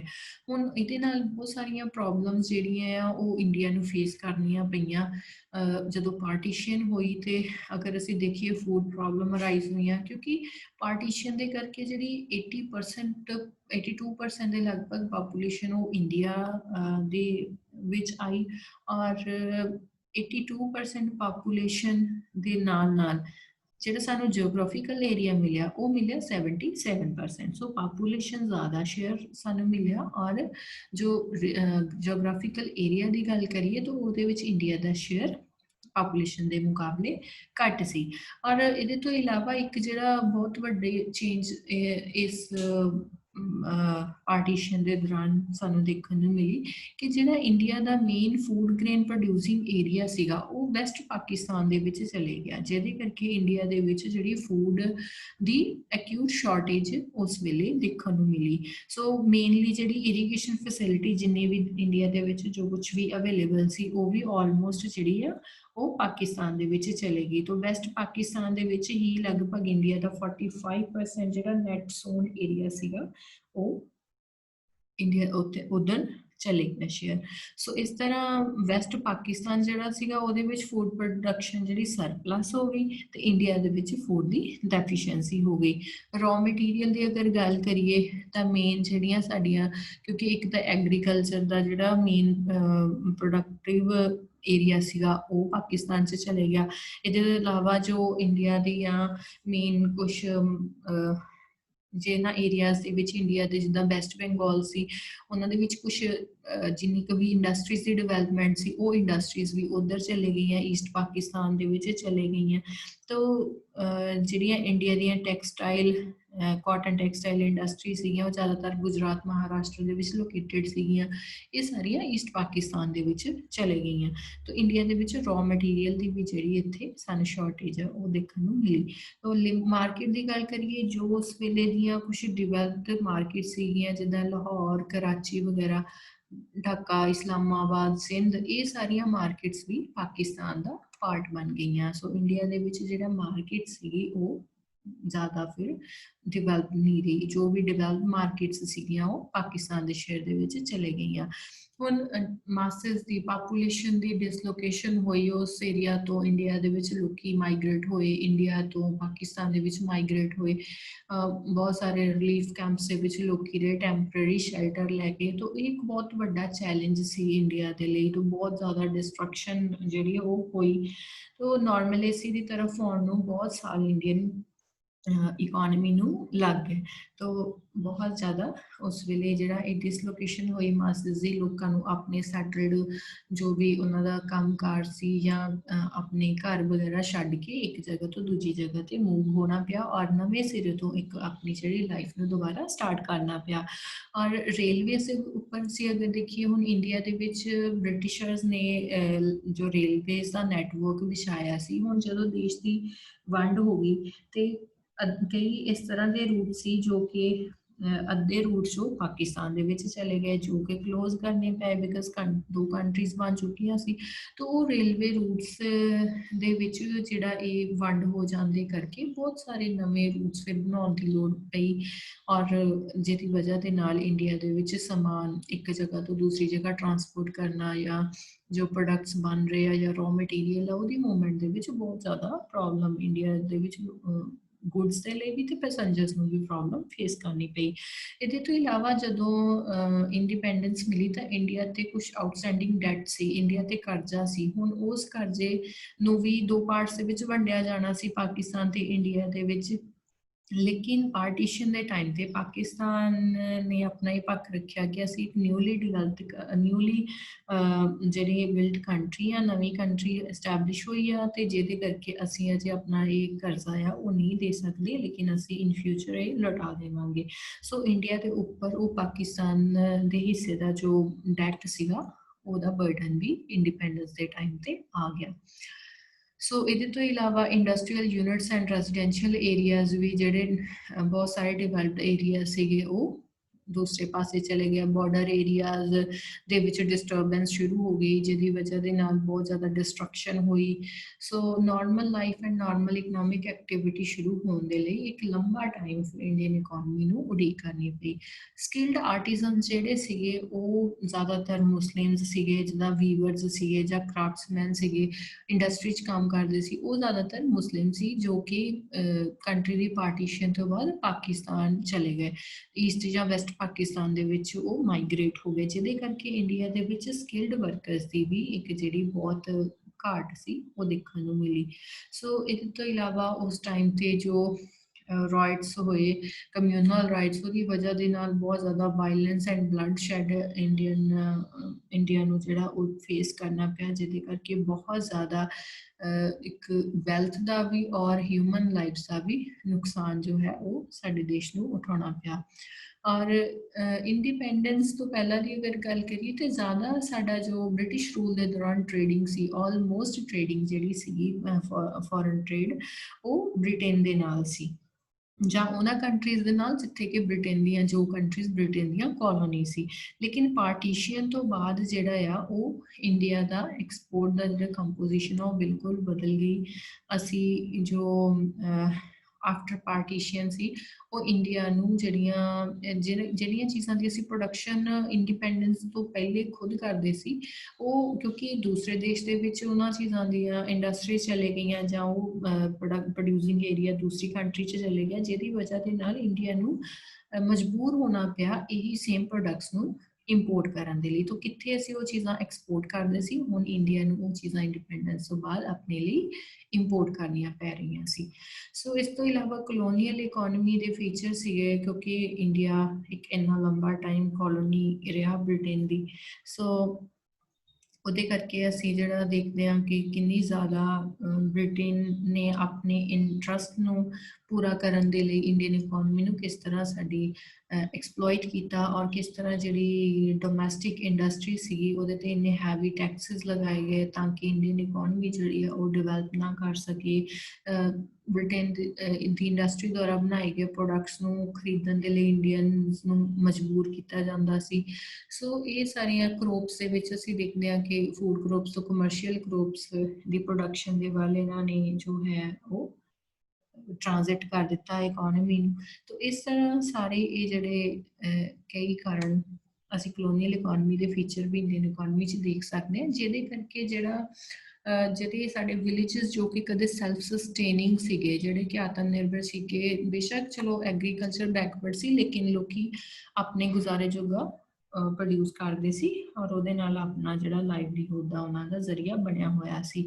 ਬਟ ਜਦੋਂ उन्होंने फूड क्रॉप्स की जगह कमर्शियल क्रॉप्स के वाल ज़्यादा मजबूर किया गया। प्रोडक्शन के लिए जमींदारी सिस्टम आ गया, लैंड रेवन्यू सिस्टम इदा लिया गया और लोकल मार्केट्स उन्होंने अपनी प्रोडक्शन बेचने लिए मजबूर किया गया। तो ये बहुत ज़्यादा जी पॉवर्टी वधी देश के और वैल्थ का जोड़ा वैल्थ ट्रांसफर हुई इंडिया तो इंग्लैंड की तरफ। ਹੁਣ ਇਸੇ ਕਾਰਨ ਕਰਕੇ ਕਿਉਂਕਿ ਐਗਰੀਕਲਚਰ ਬੈਕਵਰਡ ਹੋਰ ਜ਼ਿਆਦਾ ਹੋ ਗਈ, ਪ੍ਰੋਡਕਸ਼ਨ ਫੂਡ ਗ੍ਰੇਨਸ ਦੀ ਹੋਰ ਜ਼ਿਆਦਾ ਘਟ ਗਈ। ਉਹ ਪਹਿਲਾਂ ਹੀ ਐਗਰੀਕਲਚਰ ਜਿਹੜੀ ਰੇਨ ਫੈਡ ਸੀ, ਜ਼ਿਆਦਾ ਡਿਪੈਂਡੈਂਸ ਰੇਨ ਤੇ ਸੀ, ਉਹਦੀ ਵਜ੍ਹਾ ਤੇ ਕਰਕੇ ਇੰਡੀਆ ਦੇ ਵਿੱਚ ਬਹੁਤ ਜ਼ਿਆਦਾ ਜਿਹੜੀਆਂ ਫੈਮਿਨਸ ਵੀ ਫੇਸ ਕਰਨੀਆਂ ਪਈਆਂ, ਭੁੱਖਮਰੀ ਜਿਹਨੂੰ ਅਸੀਂ ਬੋਲਦੇ ਹਾਂ। तो 1858 ਤੋਂ 1908 ਦੇ ਟਾਈਮ ਪੀਰੀਅਡ ਦੇ ਦੌਰਾਨ ਹੀ ਇੰਡੀਆ ਦੇ ਵਿੱਚ ਜਿਹੜੀਆਂ 20 ਫੈਮਿਨਸ ਉਹ ਫੇਸ ਇੰਡੀਅਨ ਇਕਨੋਮੀ ਨੂੰ ਕਰਨੀਆਂ ਪਈਆਂ, ਜਿਹਦੇ ਵਿੱਚ ਕਿ ਹਿਊਜ ਜਿਹੜਾ ਹਿਊਮਨ ਲਾਈਫ ਦਾ ਲਾਸ ਉਹ ਫੇਸ ਕਰਨਾ ਪਿਆ। ਤਾਂ ਇਸ ਤੋਂ ਇਲਾਵਾ ਅਗਰ ਦੇਖੀਏ ਕਿ ਬ੍ਰਿਟਿਸ਼ਰਸ ਨੇ ਇਸ ਇਹ ਫੈਮਿਨਸ ਇੰਨੀਆਂ ਜ਼ਿਆਦਾ ਫ੍ਰੀਕੁਐਂਟ ਹੋਣ ਦੇ ਬਾਵਜੂਦ ਵੀ ਇਹਦੇ ਵੱਲ ਕੋਈ ਵੀ ਜਿਹੜਾ ਇਹਦੇ ਵਾਸਤੇ ਇਹਦੀ ਰੋਕਥਾਮ ਲਈ ਕੋਈ ਵੀ ਇੱਦਾਂ ਦੇ ਸਟੈਪ ਨਹੀਂ ਚੁੱਕੇ। तो ਫੈਮਿਨਸ ਨੇ ਜਿਹੜੀਆਂ ਲੱਖਾਂ ਜਿਹੜੀਆਂ ਮਿਲੀਅਨਸ ਲਾਈਵਸ ਜਿਹੜੀਆਂ ਸੀਗੀਆਂ ਉਹ ਇਹਦੇ ਵਿੱਚ ਜਿਹੜੀਆਂ ਉਹ ਚਲੇ ਗਈਆਂ। ਸੋ ਮੇਨ ਕਾਰਨ ਦੀ ਹੁਣ ਅਸੀਂ ਗੱਲ ਅਗਰ ਕਰੀਏ ਤਾਂ ਇਹਨਾਂ ਫੈਮਿਨਸ ਦੇ ਕਰਕੇ ਇੱਕ ਤਾਂ ਰੇਨਫਾਲ ਤੇ ਐਗਰੀਕਲਚਰ ਦੀ ਡਿਪੈਂਡੈਂਸੀ ਕਿ ਕਿਸੇ ਸਾਲ ਅਗਰ ਕਿਉਂਕਿ ਇੰਨੀ ਤਾਂ ਐਗਰੀਕਲਚਰ ਡਿਵੈਲਪ ਨਹੀਂ ਸੀਗੀ ਕਿ ਸਰਪਲਸ ਫੂਡ ਦੀ ਪ੍ਰੋਡਕਸ਼ਨ ਹੋਵੇ ਕਿ ਚਲੋ ਇੱਕ ਸਾਲ ਫਸਲ ਨਹੀਂ ਵੀ ਹੋਈ, ਸੋਕਾ ਪੈ ਗਿਆ ਤੇ ਅਗਲੇ ਸਾਲ ਅਸੀਂ ਉਹ ਪਿਛਲੀ ਪ੍ਰੋਡਕਸ਼ਨ ਨੂੰ ਯੂਜ਼ ਕਰ ਲਈਏ, ਇੱਦਾਂ ਨਹੀਂ ਸੀ। ਤਾਂ ਜਿਹਦੀ ਵਜ੍ਹਾ ਦੇ ਨਾਲ ਜਿਹੜਾ ਫੂਡ ਪ੍ਰੋਡਕਸ਼ਨ ਸੀਗੀ ਉਹ ਉਨੀ ਕੁ ਹੀ ਹੁੰਦੀ ਸੀ ਤੇ ਰੇਨ ਫੈਡ ਐਗਰੀਕਲਚਰ ਹੋਣ ਦੀ ਵਜ੍ਹਾ ਨਾਲ ਕਿਸੇ ਸਾਲ ਬਾਰਿਸ਼ ਨਹੀਂ ਹੋਈ ਤੇ ਸੋਕਾ ਪੈ ਗਿਆ, ਫਸਲ ਖਰਾਬ ਹੋ ਗਈ, ਜਿਹਦੇ ਕਰਕੇ ਲੋਕਾਂ ਨੂੰ ਭੁੱਖਮਰੀ ਦਾ ਸ਼ਿਕਾਰ ਹੋਣਾ ਪੈਂਦਾ ਸੀ। ਫਿਰ ਫੂਡ ਗ੍ਰੇਨਸ ਦਾ ਬ੍ਰਿਟਿਸ਼ਰਸ ਐਕਸਪੋਰਟ ਕਰ ਲੈਂਦੇ ਸੀ, ਆਪਣੇ ਦੇਸ਼ ਨੂੰ ਭੇਜ ਦਿੰਦੇ ਸੀ, ਜਿਹਦੇ ਕਰਕੇ ਇੰਡੀਆ ਦੀ ਪਾਪੂਲੇਸ਼ਨ ਦੇ ਕੋਲ ਸਫੀਸ਼ੀਐਂਟ ਫੂਡ ਜਿਹੜਾ ਸੀ ਉਹ ਨਹੀਂ ਬਚਦਾ ਸੀ। ਇਹਦੇ ਤੋਂ ਇਲਾਵਾ ਫੂਡ ਪ੍ਰਾਈਸਸ ਦੀ ਗੱਲ ਕਰੀਏ ਤਾਂ ਫੂਡ ਪ੍ਰਾਈਸਸ ਇੰਡੀਆ ਦੇ ਵਿੱਚ ਜਿਹੜੇ ਆ ਉਹ ਜ਼ਿਆਦਾ ਹੋ ਗਏ। ਉਹਦਾ ਜ਼ਿਆਦਾ ਹੋਣ ਦਾ ਕਾਰਨ ਕੀ ਸੀ? ਇੱਕ ਤੇ ਪ੍ਰੋਡਕਸ਼ਨ ਘਟ ਗਈ, ਇੱਕ ਜਿੰਨੀ ਕੁ ਪ੍ਰੋਡਕਸ਼ਨ ਸੀ ਉਹਦਾ ਵੀ ਜ਼ਿਆਦਾਤਰ ਪਾਰਟ ਜਿਹੜਾ ਆ ਉਹ ਇੰਗਲੈਂਡ ਐਕਸਪੋਰਟ ਕਰਕੇ ਇੰਡੀਆ ਤੋਂ ਲੈ ਜਾਂਦਾ ਸੀ। ਸੋ ਡੋਮੈਸਟਿਕ ਇਕੋਨਮੀ ਦੇ ਵਿੱਚ ਜਿਹੜੀ ਫੂਡ ਗ੍ਰੇਨਸ ਦੀ ਸਪਲਾਈ ਸੀਗੀ ਉਹ ਬਹੁਤ ਜ਼ਿਆਦਾ ਘਟ ਗਈ। ਫਿਰ ਇੱਦਾਂ ਦੀ ਜਦੋਂ ਸਿਚੁਏਸ਼ਨ ਹੁੰਦੀ ਹੈ, ਜਦੋਂ ਸਪਲਾਈ ਇੰਨੀ ਘੱਟ ਹੁੰਦੀ ਹੈ ਤਾਂ ਇਕੋਨਮੀ ਦੇ ਵਿੱਚ ਜਿਹੜੀਆਂ ਕੁਛ ਜਿਹਦਾ ਹੋਲਡਿੰਗ ਹੈ ਜਾਂ ਬਲੈਕ ਮਾਰਕੀਟਿੰਗ ਆ, ਇੱਦਾਂ ਦੀਆਂ ਪ੍ਰੋਬਲਮਸ ਵੀ ਸ਼ੁਰੂ ਹੋ ਜਾਂਦੀਆਂ। ਤਾਂ ਇਹ ਸਮੱਸਿਆਵਾਂ ਵੀ ਉਸ ਵੇਲੇ ਜਿਹੜੀਆਂ ਆ ਉਹ ਪ੍ਰੋਬਲਮ ਸ਼ੁਰੂ ਹੋ ਗਈਆਂ, ਜਿਹਦੇ ਕਰਕੇ ਫੂਡ ਗ੍ਰੇਨਸ ਦੀ ਆਰਟੀਫਿਸ਼ੀਅਲ ਸਕੈਰਸਿਟੀ ਨੂੰ ਜਿਹੜਾ ਆ ਉਹ ਦਿਖਾਉਣ ਦੀ ਕੋਸ਼ਿਸ਼ ਕੀਤੀ ਗਈ ਤਾਂ ਕਿ ਜਿਹੜੇ ਇਹ ਸਪੈਕੂਲੇਟਰਸ ਹੈਗੇ ਆ ਜਾਂ ਬਲੈਕ ਮਾਰਕੀਟਰਸ ਹੈਗੇ ਆ ਉਹ ਜ਼ਿਆਦਾ ਪ੍ਰੋਫਿਟਸ ਅਟੇਨ ਕਰ ਸਕਣ। ਸੋ ਇਹ ਜਿਹੜੇ ਹਾਈ ਫੂਡ ਪ੍ਰਾਈਸਿਸ ਹੋਣ ਦੀ ਵਜ੍ਹਾ ਦੇ ਨਾਲ ਜਿਹੜੇ ਇਹ ਪੂਅਰ ਮਾਸਸ ਸੀ, ਪੂਅਰ ਪਾਪੂਲੇਸ਼ਨ ਸੀ ਦੇਸ਼ ਦੀ, ਉਹ ਇਹ ਨੂੰ ਖਰੀਦ ਨਹੀਂ ਸਕਦੀ ਸੀ, ਜਿਹਦੇ ਕਰਕੇ ਭੁੱਖਮਰੀ ਦਾ ਸ਼ਿਕਾਰ ਲੋਕਾਂ ਨੂੰ ਹੋਣਾ ਪੈਂਦਾ ਸੀ। ਸੋ ਕੁਝ ਇਕੋਨੋਮਿਸਟ ਨੇ ਇਸ ਚੀਜ਼ ਨੂੰ ਪਰਚੇਸਿੰਗ ਪਾਵਰ ਫੈਮਿਨਸ ਦਾ ਨਾਮ ਦਿੱਤਾ ਹੈ। ਤਾਂ ਮਤਲਬ ਪਰਚੇਸਿੰਗ ਪਾਵਰ ਫੈਮਿਨਸ ਦਾ ਮਤਲਬ ਕਿ ਫੂਡ ਤਾਂ ਹੈ ਲੇਕਿਨ ਲੋਕਾਂ ਦੇ ਕੋਲ ਖਰੀਦਣ ਦੀ ਸ਼ਮਤਾ ਨਹੀਂ ਆ, ਪਰਚੇਸਿੰਗ ਪਾਵਰ ਨਹੀਂ ਹੈ, ਜਿਹਦੇ ਕਰਕੇ ਉਹਨਾਂ ਨੂੰ ਭੁੱਖਮਰੀ ਦਾ ਸ਼ਿਕਾਰ ਹੋਣਾ ਪੈ ਰਿਹਾ। ਐਗਰੀਕਲਚਰ ਦੀ ਫੋਰਸਫੁਲੀ ਕਮਰਸ਼ੀਅਲਾਈਜੇਸ਼ਨ ਕੀਤੀ ਗਈ, ਫੂਡ ਕ੍ਰੋਪਸ ਦੀ ਜਗ੍ਹਾ ਤੇ ਕਮਰਸ਼ੀਅਲ ਕ੍ਰੋਪਸ, ਇਹ ਵੀ ਇੱਕ ਕਾਰਨ ਰਿਹਾ ਭੁੱਖਮਰੀਆਂ ਇੰਨੀ ਜ਼ਿਆਦਾ ਫੈਮਿਨਸ ਇੰਡੀਆ ਦੇ ਵਿੱਚ ਫ੍ਰੀਕੁਐਂਟ ਹੋਣ ਦਾ। तो एग्रीकल्चरल अनएम्प्लॉयमेंट भी एक कारण सी। हुण अगर देखिए इंडस्ट्री की गल करिए, हैंडीक्राफ्ट्स वगैरह जो या टैक्सटाइल इंडस्ट्री सी वो तो रोइन हो गई ज़्यादातर। सो सारे ज़्यादातर जो वर्कफोर्स वो एग्रीकल्चर से ज़्यादा वर्क प्रैशर आ गया। तो वो एग्रीकल्चर के सीजनल वर्क होंदा, जिहदे करके एग्रीकल्चर के बहुत ज़्यादा अनएम्प्लॉयमेंट एंड डिसगाइज्ड अनएम्प्लॉयमेंट वर्गियां चीज़ां असीं देख सकते, जिहदे करके इंडियन इकोनॉमी दे विच फिर उस वेले पॉवर्टी होर ज़्यादा बननी शुरू हो गई। लोग अपना फूड भी जोड़ा अफोर्ड नहीं कर पा रहे थे। टू जोड़ा कह सकते कि 2 टाइम का खाना भी है वो अपना अफोर्ड नहीं कर पा रहे थे। सो ब्रिटिशर्स ने कोई भी इन्हां फैमिन्स नूं प्रिवेंट करन दे लई कोई स्ट्रैटेजी नहीं बनाई, कोई भी उन्होंने सबसटैंशियल जो स्टैप्स है वो नहीं उठाए। तो कोई भी इस तरह की इफेक्टिव पॉलिसी ना होने की वजह के नाल भी आए साल ਜਿਹੜੀਆਂ इस तरह ਦੀਆਂ ਫੈਮਿਨ ਸੀਗੀਆਂ ਇੰਡੀਅਨ ਇਕਨੋਮੀ ਨੂੰ ਫੇਸ ਕਰਨੀਆਂ ਪੈ ਰਹੀਆਂ ਸੀ। ਸੋ ਇਸ ਤੋਂ ਅੱਗੇ ਅਸੀਂ ਗੱਲ ਕਰੀਏ ਸਟਰਕਚਰਲ ਪੈਟਰਨ ਦੀ, ਜਾਂ ਦੇਸ਼ ਦੇ ਵਿੱਚ ਕਿਸ ਤਰ੍ਹਾਂ ਦੀ ਮੇਨ ਇਕਨੋਮਿਕ ਐਕਟੀਵਿਟੀਜ਼ ਹੋ ਰਹੀਆਂ ਸੀਗੀਆਂ ਇੰਡੀਪੈਂਡੈਂਸ ਦੇ ਟਾਈਮ ਤੇ। ਤਾਂ ਅਸੀਂ ਦੇਖ ਸਕਦੇ ਹਾਂ ਕਿ ਇੰਡੀਅਨ ਬੇਸਿਕਲੀ ਇੰਡੀਅਨ ਜਿਹੜੀ ਪਾਪੂਲੇਸ਼ਨ ਸੀ ਉਹ ਐਗਰੀਕਲਚਰ ਤੇ ਡਿਪੈਂਡ ਕਰਦੀ ਸੀ ਲਾਈਵਲੀਹੁੱਡ ਦੇ ਲਈ, ਔਰ ਜਿੱਦਾਂ ਅਸੀਂ ਪਹਿਲੇ ਵੀ ਡਿਸਕਸ ਕੀਤਾ ਕਿ 70% ਆਫ ਇੰਡੀਅਨ ਪਾਪੂਲੇਸ਼ਨ ਜਿਹੜੀ ਸੀ ਉਹ ਜ਼ਿਆਦਾਤਰ ਐਗਰੀਕਲਚਰ ਸੈਕਟਰ ਵਿੱਚ ਕੰਮ ਕਰ ਰਹੀ ਸੀ, ਔਰ 50% of India's GDP was contributed by this sector alone. So but Indian agriculture ਤੇ ਇੰਨੀ ਜ਼ਿਆਦਾ ਡਿਪੈਂਡੈਂਸ ਹੋਣ ਦੇ ਬਾਵਜੂਦ ਵੀ ਅਗਰ ਅਸੀਂ ਇੰਡੀਅਨ ਐਗਰੀਕਲਚਰ ਨੂੰ ਦੇਖੀਏ ਤਾਂ ਇੰਡੀਅਨ ਐਗਰੀਕਲਚਰ ਬਹੁਤ ਬੈਕਵਰਡ ਸੀ। ਇੰਡੀਅਨ ਐਗਰੀਕਲਚਰ ਦੇ ਵਿੱਚ ਜੋ ਅਗਰ ਅਸੀਂ ਪ੍ਰੋਡਕਸ਼ਨ ਦੀ ਗੱਲ ਕਰੀਏ, ਪ੍ਰੋਡਕਸ਼ਨ ਵੀ ਬਹੁਤ ਜ਼ਿਆਦਾ ਘੱਟ ਸੀ ਤੇ ਪ੍ਰੋਡਕਟਿਵਿਟੀ ਵੀ ਬਹੁਤ ਜ਼ਿਆਦਾ ਘੱਟ ਸੀ। ਸੋ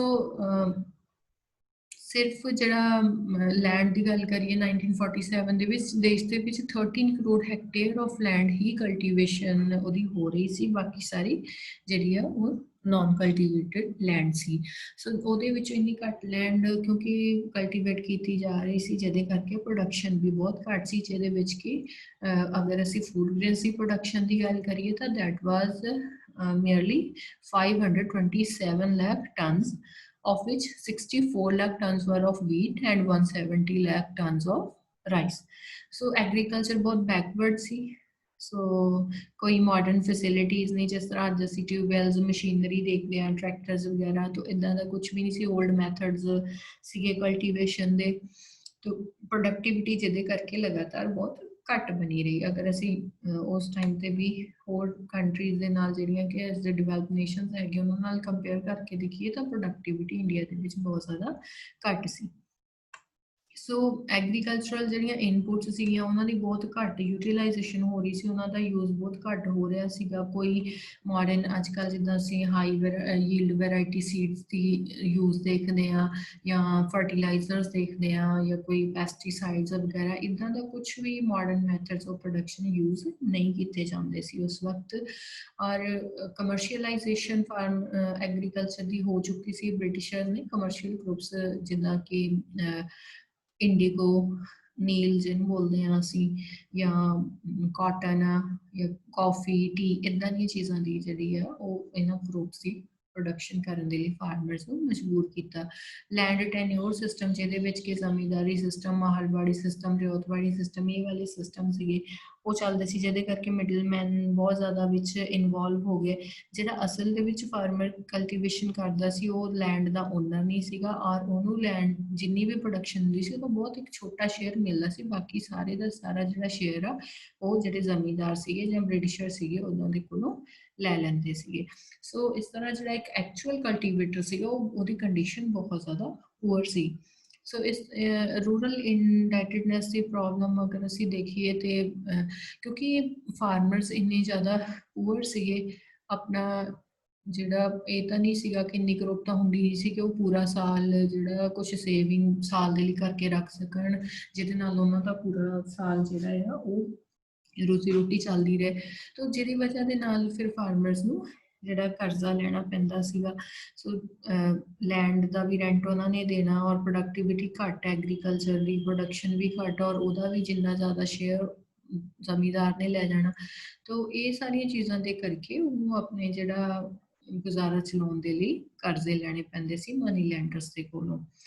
ਸੋ ਮਨੀ ਲੈਂਡਰਸ ਪਹਿਲਾਂ ਹੀ ਉਹਨਾਂ ਨੂੰ ਬਹੁਤ ਜ਼ਿਆਦਾ ਹਾਈ ਰੇਟ ਆਫ ਇੰਟਰਸਟ ਤੇ ਇਹ ਜਿਹੜੇ ਦਿੰਦੇ ਸੀ ਕਰਜ਼ੇ, ਜਿਹਦੇ ਕਰਕੇ ਸਾਰੀ ਜ਼ਿੰਦਗੀ ਉਹ ਜਿਹੜੇ ਫਾਰਮਰ ਸੀ ਜਾਂ ਪੂਅਰ ਪੀਪਲ ਸੀਗੇ ਰੂਰਲ ਏਰੀਆਜ਼ ਦੇ, ਉਹ ਸਾਰੀ ਜ਼ਿੰਦਗੀ ਇਸ ਕਰਜ਼ੇ ਤੋਂ ਕਦੇ ਵੀ ਮੁਕਤ ਨਹੀਂ ਹੋ ਪਾਉਂਦੇ ਸੀ। ਸੋ ਪਾਪੂਲੇਸ਼ਨ ਦੇ ਪ੍ਰੈਸ਼ਰ ਦੀ ਅਗਰ ਲੈਂਡ ਤੇ ਗੱਲ ਕਰੀਏ ਤਾਂ ਅਸੀਂ ਦੇਖਿਆ ਕਿ ਇੰਡੀਪੈਂਡੈਂਸ ਦੇ ਟਾਈਮ ਤੇ ਇੰਡੀਆ ਦੇ ਵਿੱਚ ਪਾਪੂਲੇਸ਼ਨ ਦਾ ਸ਼ੇਅਰ 82% ਰਿਹਾ, ਔਰ ਉਹਦੇ ਮੁਕਾਬਲੇ ਜਿਹੜਾ ਜੀਓਗ੍ਰਾਫੀਕਲ ਏਰੀਆ ਸਾਨੂੰ ਮਿਲਿਆ ਉਹ ਮਿਲਿਆ 77%, ਜਿਹਦੇ ਕਰਕੇ ਜਿਹੜਾ ਲੈਂਡ ਤੇ ਪਾਪੂਲੇਸ਼ਨ ਦਾ ਪ੍ਰੈਸ਼ਰ ਵੀ ਲਗਾਤਾਰ ਵੱਧ ਰਿਹਾ ਸੀ। ਸੋ ਜਿਹਦੀ ਵਜ੍ਹਾ ਦੇ ਨਾਲ subdivision of land and fragmentation of land holdings ਵਰਗੀ ਸਮੱਸਿਆ ਵੀ ਦੇਖਣ ਨੂੰ ਮਿਲ ਰਹੀ ਸੀ। ਸੋ ਕਿਉਂਕਿ ਅਗਰ ਹੁਣ ਜਿੱਦਾਂ ਅੱਜ ਅਸੀਂ ਦੇਖਦੇ ਹਾਂ ਨਿਊਕਲੀਅਰ ਫੈਮਲੀਜ਼ ਦਾ ਟ੍ਰੈਂਡ ਆ, ਤਾਂ ਕੀ ਹੁੰਦਾ ਜਦੋਂ ਫੈਮਲੀ ਜੁਆਇੰਟ ਫੈਮਲੀ ਤੋਂ ਟੁੱਟ ਕੇ ਨਿਊਕਲੀਅਰ ਫੈਮਲੀਜ਼ ਦੇ ਵਿੱਚ ਕਨਵਰਟ ਹੋ ਰਹੀਆਂ, ਤਾਂ ਉਹਦੇ ਨਾਲ ਫੈਮਲੀਜ਼ ਦੇ ਜਿਹੜੇ ਰਿਸੋਰਸਿਸ ਆ, ਚਾਹੇ ਉਹ ਲੈਂਡ ਆ ਜਾਂ ਅਨਦਰ ਕੋਈ ਵੈਲਥ ਹੈਗੀ ਆ, ਉਹ ਵੀ ਫਿਰ ਅੱਗੇ डिवाइड हो जाती है।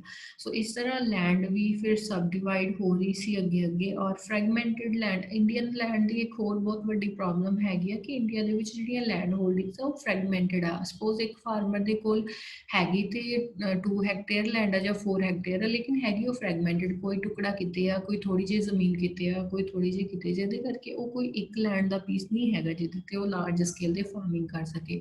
सो ये fragmented and sub division of ਜਿਹੜੀਆਂ ਲੈਂਡ ਹੋਲਡਿੰਗ ਸੀਗੀ, ਇਹ ਵੀ ਇੱਕ ਰੀਜ਼ਨ ਬਣ ਰਿਹਾ ਸੀਗਾ ਪਾਪੂਲੇਸ਼ਨ ਦੇ ਪ੍ਰੈਸ਼ਰ ਦੀ ਵਜ੍ਹਾ ਦੇ ਨਾਲ। ਸੋ ਇਸ ਕਰਕੇ ਉਹ ਪ੍ਰੋਡਕਟਿਵਿਟੀ ਘਟ ਰਹੀ ਸੀ ਔਰ ਪ੍ਰੋਡਕਸ਼ਨ ਘਟ ਰਹੀ ਸੀ ਦੇਸ਼ ਦੇ ਵਿੱਚ। अगर इंडस्ट्री की गल करिए इंडिपेंडेंस के टाइम पे, तो कंज्यूमर गुड्स इंडस्ट्रीज की बहुत लिमिटेड जी ग्रोथ सी इंडिया के। अगर असी क्लोथ की प्रोडक्शन की गल करिए, सिर्फ 421 करोड़ स्क्वेयर मीटर क्लोथ की प्रोडक्शन सी देश के 1947 के 10 lakh ton of sugar, cement की प्रोडक्शन सिर्फ 26 लाख टन, तो बहुत ज़्यादा घट। अगर अज के टाइम के असी अगर देखिए मॉडर्न टाइम के 2017-18 के नाल असी अगर कंपैरिजन करिए, तो जो क्लोथ की प्रोडक्शन है इंडिया के विच वो 17-18 के डाटा के according is 6440 crore square metres, जो कि इंडिपेंडेंस के टाइम ते कितनी सी सिर्फ 421 करोड़ स्क्वेयर मीटर, ते हुण 6440 करोड़ स्क्वेयर मीटर। इसी तरह शुगर की प्रोडक्शन जो कि उस वेले सिर्फ कितनी सी 10 लाख टन, अज के टाइम अगर असी देखिए 17-18 के डाटा 322 लाख टन। इसी तरह सीमेंट की प्रोडक्शन जो कि सिर्फ 26 लाख टन सी, उनकी गल करिए 2976 lakh ton of production Indian economy के विच असी ये देख सकते हैं। तो बहुत ज़्यादा उस वक्त घट प्रोडक्शन सी। एक्सपोर्ट ओरिएंटेड इंडस्ट्रीज सीगियां, ब्रिटिशर्स ने इंडस्ट्रीज ही वो लगाइया जिन्हों की कि इतों प्रोसैस करके उन्होंने कोई रॉ मटीरियल ब्रिटेन भेजना आ, या फिर ब्रिटेन दिया नीड्स के अकॉर्डिंग जो भी इंडस्ट्रीज उन्होंने इंडिया के चाहिए सी, जिदा plantation and minus, T and coffee के बाग या माइनस, जिहदे कि वो अपनी नीड के अकॉर्डिंग, कंट्री की नीड के अकॉर्डिंग चीज़ां इंडिया तो लैके जा सकन। तो सिर्फ उन्होंने वही इंडस्ट्रीज इंडिया के डिवेलप किया, ना कि इंडिया की नीड के अकॉर्डिंग। बेसिक इंडस्ट्रीज की बहुत ज़्यादा घाट सी। अगर इंडिपेंडेंस के टाइम पर असी गल करिए तो इंडिया के बेसिक इंडस्ट्रीज के नाम से सिर्फ एक इंडस्ट्री सी, that is Tata iron and steel mills. So 1947 के अगर असी स्टील प्रोडक्शन की कंट्री के गल करिए तो सिर्फ 13 लाख टन जी वो प्रोडक्शन वो भी Tata iron and steel mills द्वारा की जा रही सी। सो इंडिया के जो भी जिन्नी भी इंडस्ट्री सी उन्होंने अगर मैनेज गल करन दी गल करिए तो मैनेजिंग एजेंसी के तौर पर काम कौन करता सीगा, ब्रिटिशर्स ही करते सी। जो भी उनके कंपनीज के टॉप ऑफिशियल्स होंदे सी, वो सारा काम की नहीं करना वो ब्रिटिशर्स करूगे, और जो इंडियन सी उन्होंने मेयरली एक जो लेबरर्स के तौर पर या वर्कर्स के तौर पर ही उहदे काम करने को मिलता सी। सो ब्रिटिश रजीम के दौरान कोई गवर्नमेंट जी प्रोटैक्शन इदा की या कोई एक्सट्रा फैसिलिटीज़ इंडियन इंडस्ट्रीज़ में नहीं सीगियां, क्योंकि इंडियन इंडस्ट्रीज़ उस वेले अपनी इनफेंट स्टेट सीगियां, अजे नवियां नवियां जिहड़ियां डिवेलप होनियां शुरू होईयां सी। इस करके उन्होंने जिद्दां अज असीं देखते हैं कि न्यू स्टार्टअप्स नूं या न्यू जिहड़ियां स्मॉल स्केल इंडस्ट्रीज़ या कॉटेज इंडस्ट्रीज़ उन्होंने लिए स्पैशली गवर्नमेंट पैकेजिस लैके आउंदी आ, कुछ स्पैशल उन्होंने लिए कंसैशनस दिंदी है ताकि ग्रो कर सकन, ये इकोनॉमी के अकॉर्डिंग कंपैटिबल बन सकन।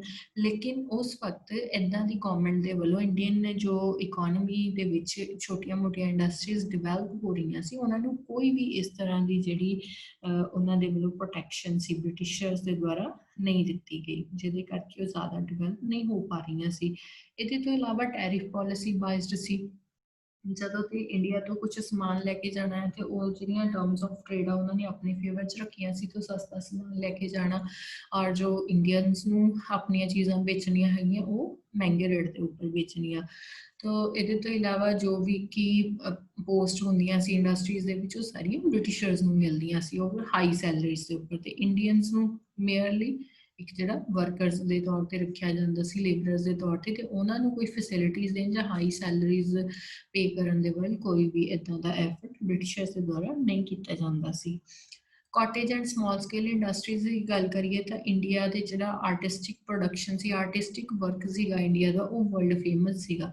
ਬਟ ਉਹਨਾਂ ਬ੍ਰਿਟਿਸ਼ਰਸ ਦੀ ਇਕਨੋਮਿਕ ਪੋਲਿਸੀ ਇਸ ਤਰ੍ਹਾਂ ਦੀ ਉਹਨਾਂ ਨੇ ਅਡੋਪਟ ਕੀਤੀ ਕਿ ਜਿਹਦੀ ਵਜ੍ਹਾ ਦੇ ਨਾਲ ਸਾਡਾ ਜਿਹੜਾ ਇਹ ਹੈਂਡੀਕ੍ਰਾਫਟ ਦਾ ਜਾਂ ਹੈਂਡਲੂਮ ਦਾ ਜਿੰਨਾ ਵੀ ਇਹ ਕੰਮ ਸੀਗਾ ਉਹ ਸਾਰਾ ਲਗਭਗ ਰੁਇਨ ਹੋ ਗਿਆ।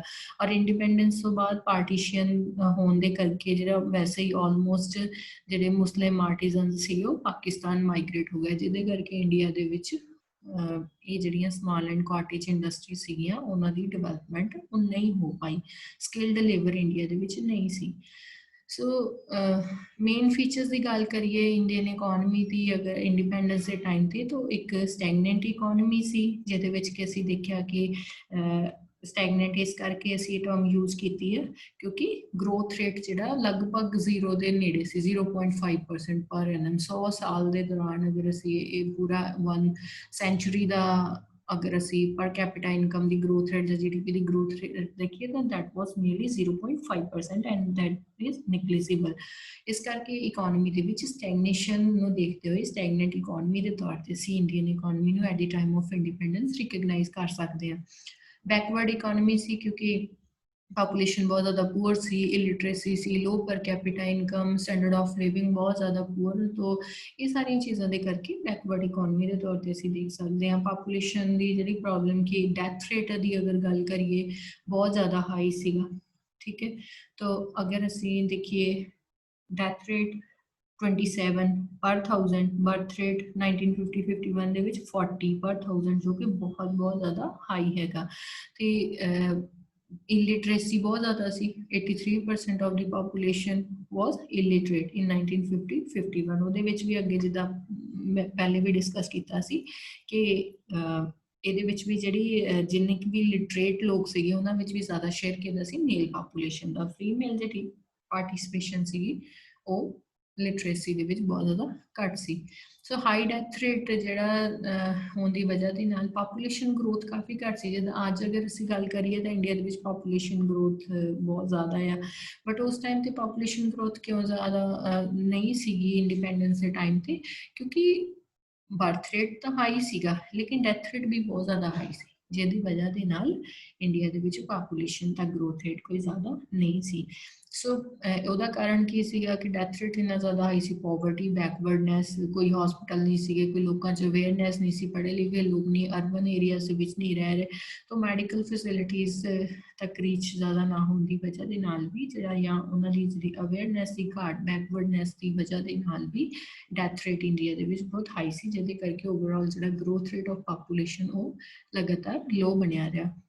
तो एवरेज एक्सपैक्टेंसी ऑफ लाइफ की गल करिए तो सिर्फ 31 ईयर सी 1950 to 51 ਦੇ ਵਿੱਚ, ਤੇ ਜਿਹੜੀ ਅਰਬਨ ਪਾਪੂਲੇਸ਼ਨ ਸਿਰਫ 17% ਸੀ, 83% ਰੂਰਲ ਏਰੀਆਜ਼ ਦੇ ਵਿੱਚ ਰਹਿੰਦੇ ਸੀ।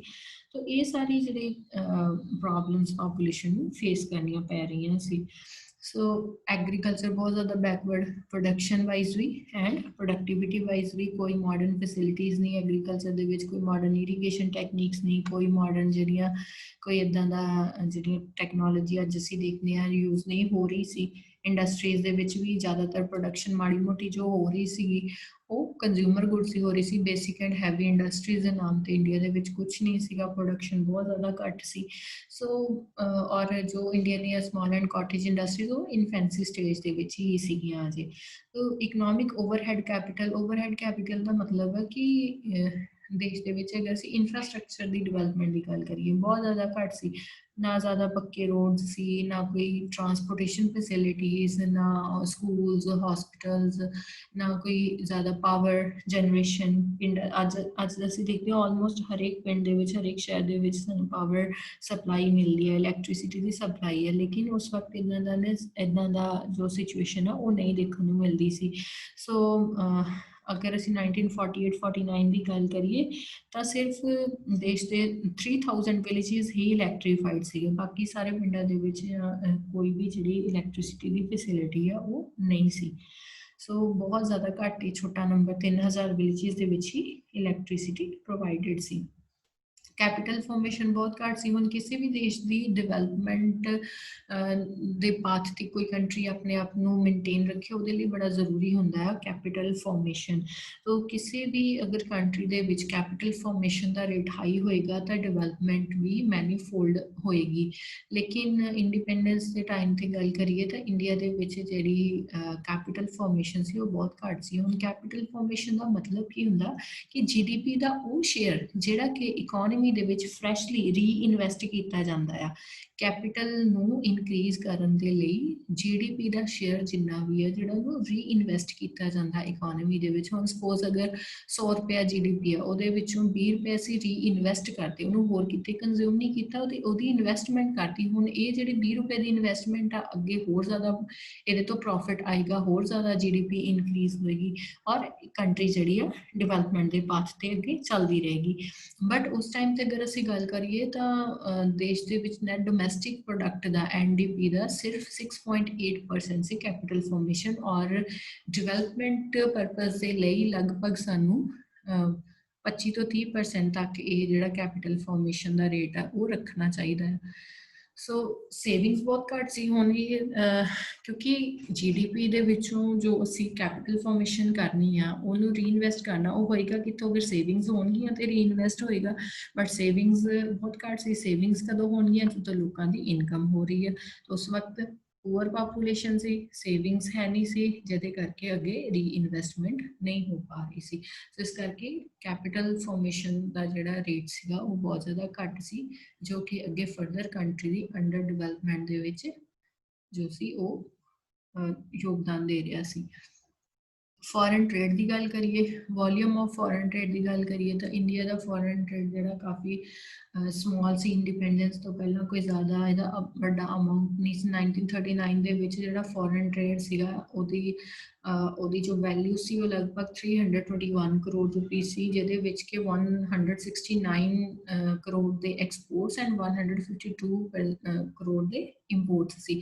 हुण एक चीज़ इत्थे असीं देख सकते हैं कि साडा जिहड़ा बैलेंस ऑफ पेमेंट सी वो सरप्लस सीगा। दैट मीनस एक्सपोर्ट साडे ज़्यादा, एक्सपोर्ट अर्निंग ज़्यादा ते इंपोर्ट्स घट। 1947 दे विच फॉरन ट्रेड की अगर गल करिए तो इहदा जिहड़ा वॉल्यूम हो गया 792 करोड़ जिहदे विच एक्सपोर्ट्स सीगे 403 करोड़ दे एंड इंपोर्ट्स सीगे 389 करोड़ दे।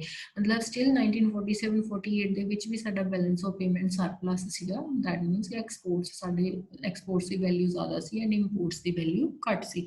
हुण कंपोजिशन की गल करिए इंडिपेंडेंस तो पहला ते कुछ ही लिमिटेड कमोडिटीज़ का जिहड़ा एक्सपोर्ट इंपोर्ट किया जाता सीगा। एक्सपोर्ट्स दे विच ज़्यादातर cotton, textile, food grains, jute manufacturers, T, oil seed वगैरह सी। ते इहदे तो इलावा जदों सैकेंड वर्ल्ड वॉर हुई आ उस वेले इंडिया की जिहड़ी फॉरन ट्रेड सी उहदी कंपोजिशन दे विच बहुत वड्डा चेंज आया। 1947-48 दे विच अगर असीं गल करिए फिनिश्ड गुड्स दे जिहड़े एक्सपोर्ट्स सीगे वो 49% सीगे total exports they which and 1938 दे विच ये शेयर घट सी। मतलब कि 47-48 दे विच 38-39 दे मुकाबले साडे जिहड़ा फिनिश्ड गुड्स जो बनाया होया समान है उहदी अगे एक्सपोर्ट्स दे विच इनक्रीज होया। डायरैक्शन ऑफ फॉरन ट्रेड की गल करिए कि किन्हां कंट्रीज़ दे नाल असीं फॉरन ट्रेड करदे सी, किन्हां नूं एक्सपोर्ट करदे और किन्हां तो जो समान असीं लैंदे सी। सो इहदे विच जिहड़ा मेन ट्रेडिंग जिहड़ियां पार्टी सीगियां वो सी England and other Commonwealth countries. हुण इंग्लैंड कॉमनवैल्थ कंट्रीज़ असीं किन्हां नूं कहंदे आ जिहड़ियां कि कदे ना कदे ब्रिटेन दीयां कॉलोनीज़ रहियां आ। बिफोर इंडिपेंडेंस मेनली इन्हां कंट्रीज़ दे नाल ही इंडिया दा ट्रेडिंग सीगी। सो इंग्लैंड की ही कल्ले की गल करिए तो 34% of countries exports and 31% of countries imports जिहड़े सीगे वो कल्ले इंग्लैंड तो ही दे नाल ही साडी ट्रेडिंग सीगी। इस तो इलावा बर्मा, श्रीलंका, कैनेडा दे नाल भी जिहड़ी आ एक्सपोर्ट इंपोर्ट सीगे कंट्री दे। और जदों इंडिपेंडेंस दे बाद की गल करते हैं 1947-48 का पीरियड देखते तो इंग्लैंड का शेयर जिहड़ा इन्ना वड्डा सी एक्सपोर्ट दे विच जिहड़ा घट के 25% रहेगा और अमेरिका का शेयर जिहड़ा इत्थे वो ड्रास्टिकली इनक्रीज होया वो 30% जिहड़ा तक वध गया। रशिया ते होर जिहड़ियां कम्यूनिस्ट कंट्रीज़ हैगियां उन्हां दे नाल इंडिया दा जिहड़ा ट्रेड आ वो बहुत घट सी इंडिपेंडेंस तो बाद। बैलेंस ऑफ ट्रेड की असी अगर गल करिए कि सरप्लस सी बैलेंस ऑफ ट्रेड अगर इंडिपेंडेंस तो पहला की गल करिए मतलब एक्सपोर्ट्स ज़्यादा सी इंपोर्ट्स का वॉल्यूम घट सी सो 1946-47 ਦੇ ਵਿੱਚ ਵੀ ਸਰਪਲਸ ਸੀ 1947-48 ਦੇ ਵਿੱਚ ਵੀ ਸਾਡਾ ਜੋ ਬੈਲੈਂਸ ਆਫ ਟ੍ਰੇਡ ਸੀਗਾ ਉਹ ਪੋਜ਼ਿਟਿਵ ਹੀ ਸੀ ਬੇਸ਼ੱਕ ਕਿ ਇਹਦਾ ਜਿਹੜਾ ਵੈਲਿਊ ਸੀ ਉਹ ਪੋਜ਼ਿਟਿਵ ਦੀ ਉਹ ਘਟ ਕੇ 14 ਕਰੋੜ ਰਹਿ ਗਈ ਸੀ 31 ਕਰੋੜ ਦੇ ਮੁਕਾਬਲੇ ਇਨਫਲੇਸ਼ਨ ਦੀ ਗੱਲ ਕਰੀਏ ਬਿਕਾਜ਼ ਕੰਟਰੀ ਦੇ ਵਿੱਚ 1947-48 ਦੇ ਵਿੱਚ बहुत ज़्यादा 300 ਜਿਹੜਾ ਇੰਨੀ ਜ਼ਿਆਦਾ ਅਗਰ ਅਸੀਂ ਇਨਫਲੇਸ਼ਨ ਦੇਖਦੇ ਹਾਂ ਤਾਂ ਉਹਦਾ ਕਾਰਨ ਮੇਨ ਤਾਂ ਇਹ ਸੀ ਕਿ ਡਿਸਇੰਟੀਗ੍ਰੇਟ ਹੋਈ ਇਕਨੋਮੀ ਦੋ ਪਾਰਟਸ ਦੇ ਵਿੱਚ ਡਿਵਾਈਡ ਹੋਈ ਜਿਹਦੀ ਵਜ੍ਹਾ ਦੇ ਨਾਲ ਇੰਨੀ ਜ਼ਿਆਦਾ ਇਨਫਲੇਸ਼ਨ ਦੇਖਣ ਨੂੰ ਮਿਲੀ 1939 ਐਂਡ 40 ਦੇ ਟਾਈਮ ਪੀਰੀਅਡ ਦੀ ਗੱਲ ਕਰੀਏ ਵਰਲਡ ਵਾਰ 2 ਦਾ ਪੀਰੀਅਡ ਸੀ ਉਹਦੇ ਵਿੱਚ ਵੀ ਜਿਹੜਾ ਆ ਉਹ ਜ਼ਿਆਦਾਤਰ ਰਿਸੋਰਸਿਸ ਚਾਹੇ ਹਿਊਮਨ ਰਿਸੋਰਸਿਸ ਚਾਹੇ ਫਾਈਨੈਂਸ਼ੀਅਲ ਰਿਸੋਰਸਿਸ ਸੀਗੇ ਉਹ ਬ੍ਰਿਟੇਨ ਨੇ ਜ਼ਿਆਦਾਤਰ ਲਗਾ ਦਿੱਤੇ ਸੀ ਵਰਲਡ ਵਾਰ 2 ਦੇ ਵਿੱਚ ਜਿਹਦੇ ਕਰਕੇ ਇੰਡੀਅਨ ਇਕਨੋਮੀ ਦੇ ਵਿੱਚ ਬਹੁਤ ਜ਼ਿਆਦਾ ਉਸ ਵੇਲੇ ਇਨਫਲੇਸ਼ਨ ਦੇਖਣ ਨੂੰ ਮਿਲੀ ਔਰ 47 48 ਦੇ ਵਿੱਚ ਵੀ ਜਿਹੜੀ ਸੀ ਇਹ ਇਨਫਲੇਸ਼ਨ ਜਿਹੜੀ ਸੀਗੀ ਉਹ ਸਾਨੂੰ ਇੰਨੀ ਜ਼ਿਆਦਾ ਹਾਈ ਦੇਖਣ ਲਈ ਮਿਲੀ सो बहुत ज़्यादा देख सकते हैं कि 308 टाइम्स ਜਿਹੜਾ ਇਨਕਰੀਜ਼ ਉਹਦੇ ਵਿੱਚ ਇੰਡੈਕਸ ਹੋਲਸੇਲ ਪ੍ਰਾਈਸ ਇੰਡੈਕਸ ਦੇ ਵਿੱਚ ਆਇਆ ਸੋ ਇਹ ਕੁਝ ਫੀਚਰਸ ਅਸੀਂ ਦੇਖ ਸਕਦੇ ਹਾਂ ਇੰਡੀਅਨ ਇਕਨੋਮੀ ਦੇ ਜਿਨ੍ਹਾਂ ਤੋਂ ਅਸੀਂ ਆਈਡੀਆ ਲਗਾ ਸਕਦੇ ਹਾਂ ਕਿ ਇੰਡੀਅਨ ਇਕਨੋਮੀ ਇੱਕ ਅੰਡਰ ਡਿਵੈਲਪਡ ਇਕਨੋਮੀ ਸੀ ਜਿਹਦੇ ਵਿੱਚ ਕਿ low per capita income low standard of living या डिसइंटीग्रेटेड और एक स्टैगनेंट इकोनॉमी ਦੇ ਸਾਰੇ ਫੀਚਰ ਜਿਹੜੇ ਇੰਡੀਪੈਂਡੈਂਸ ਦੇ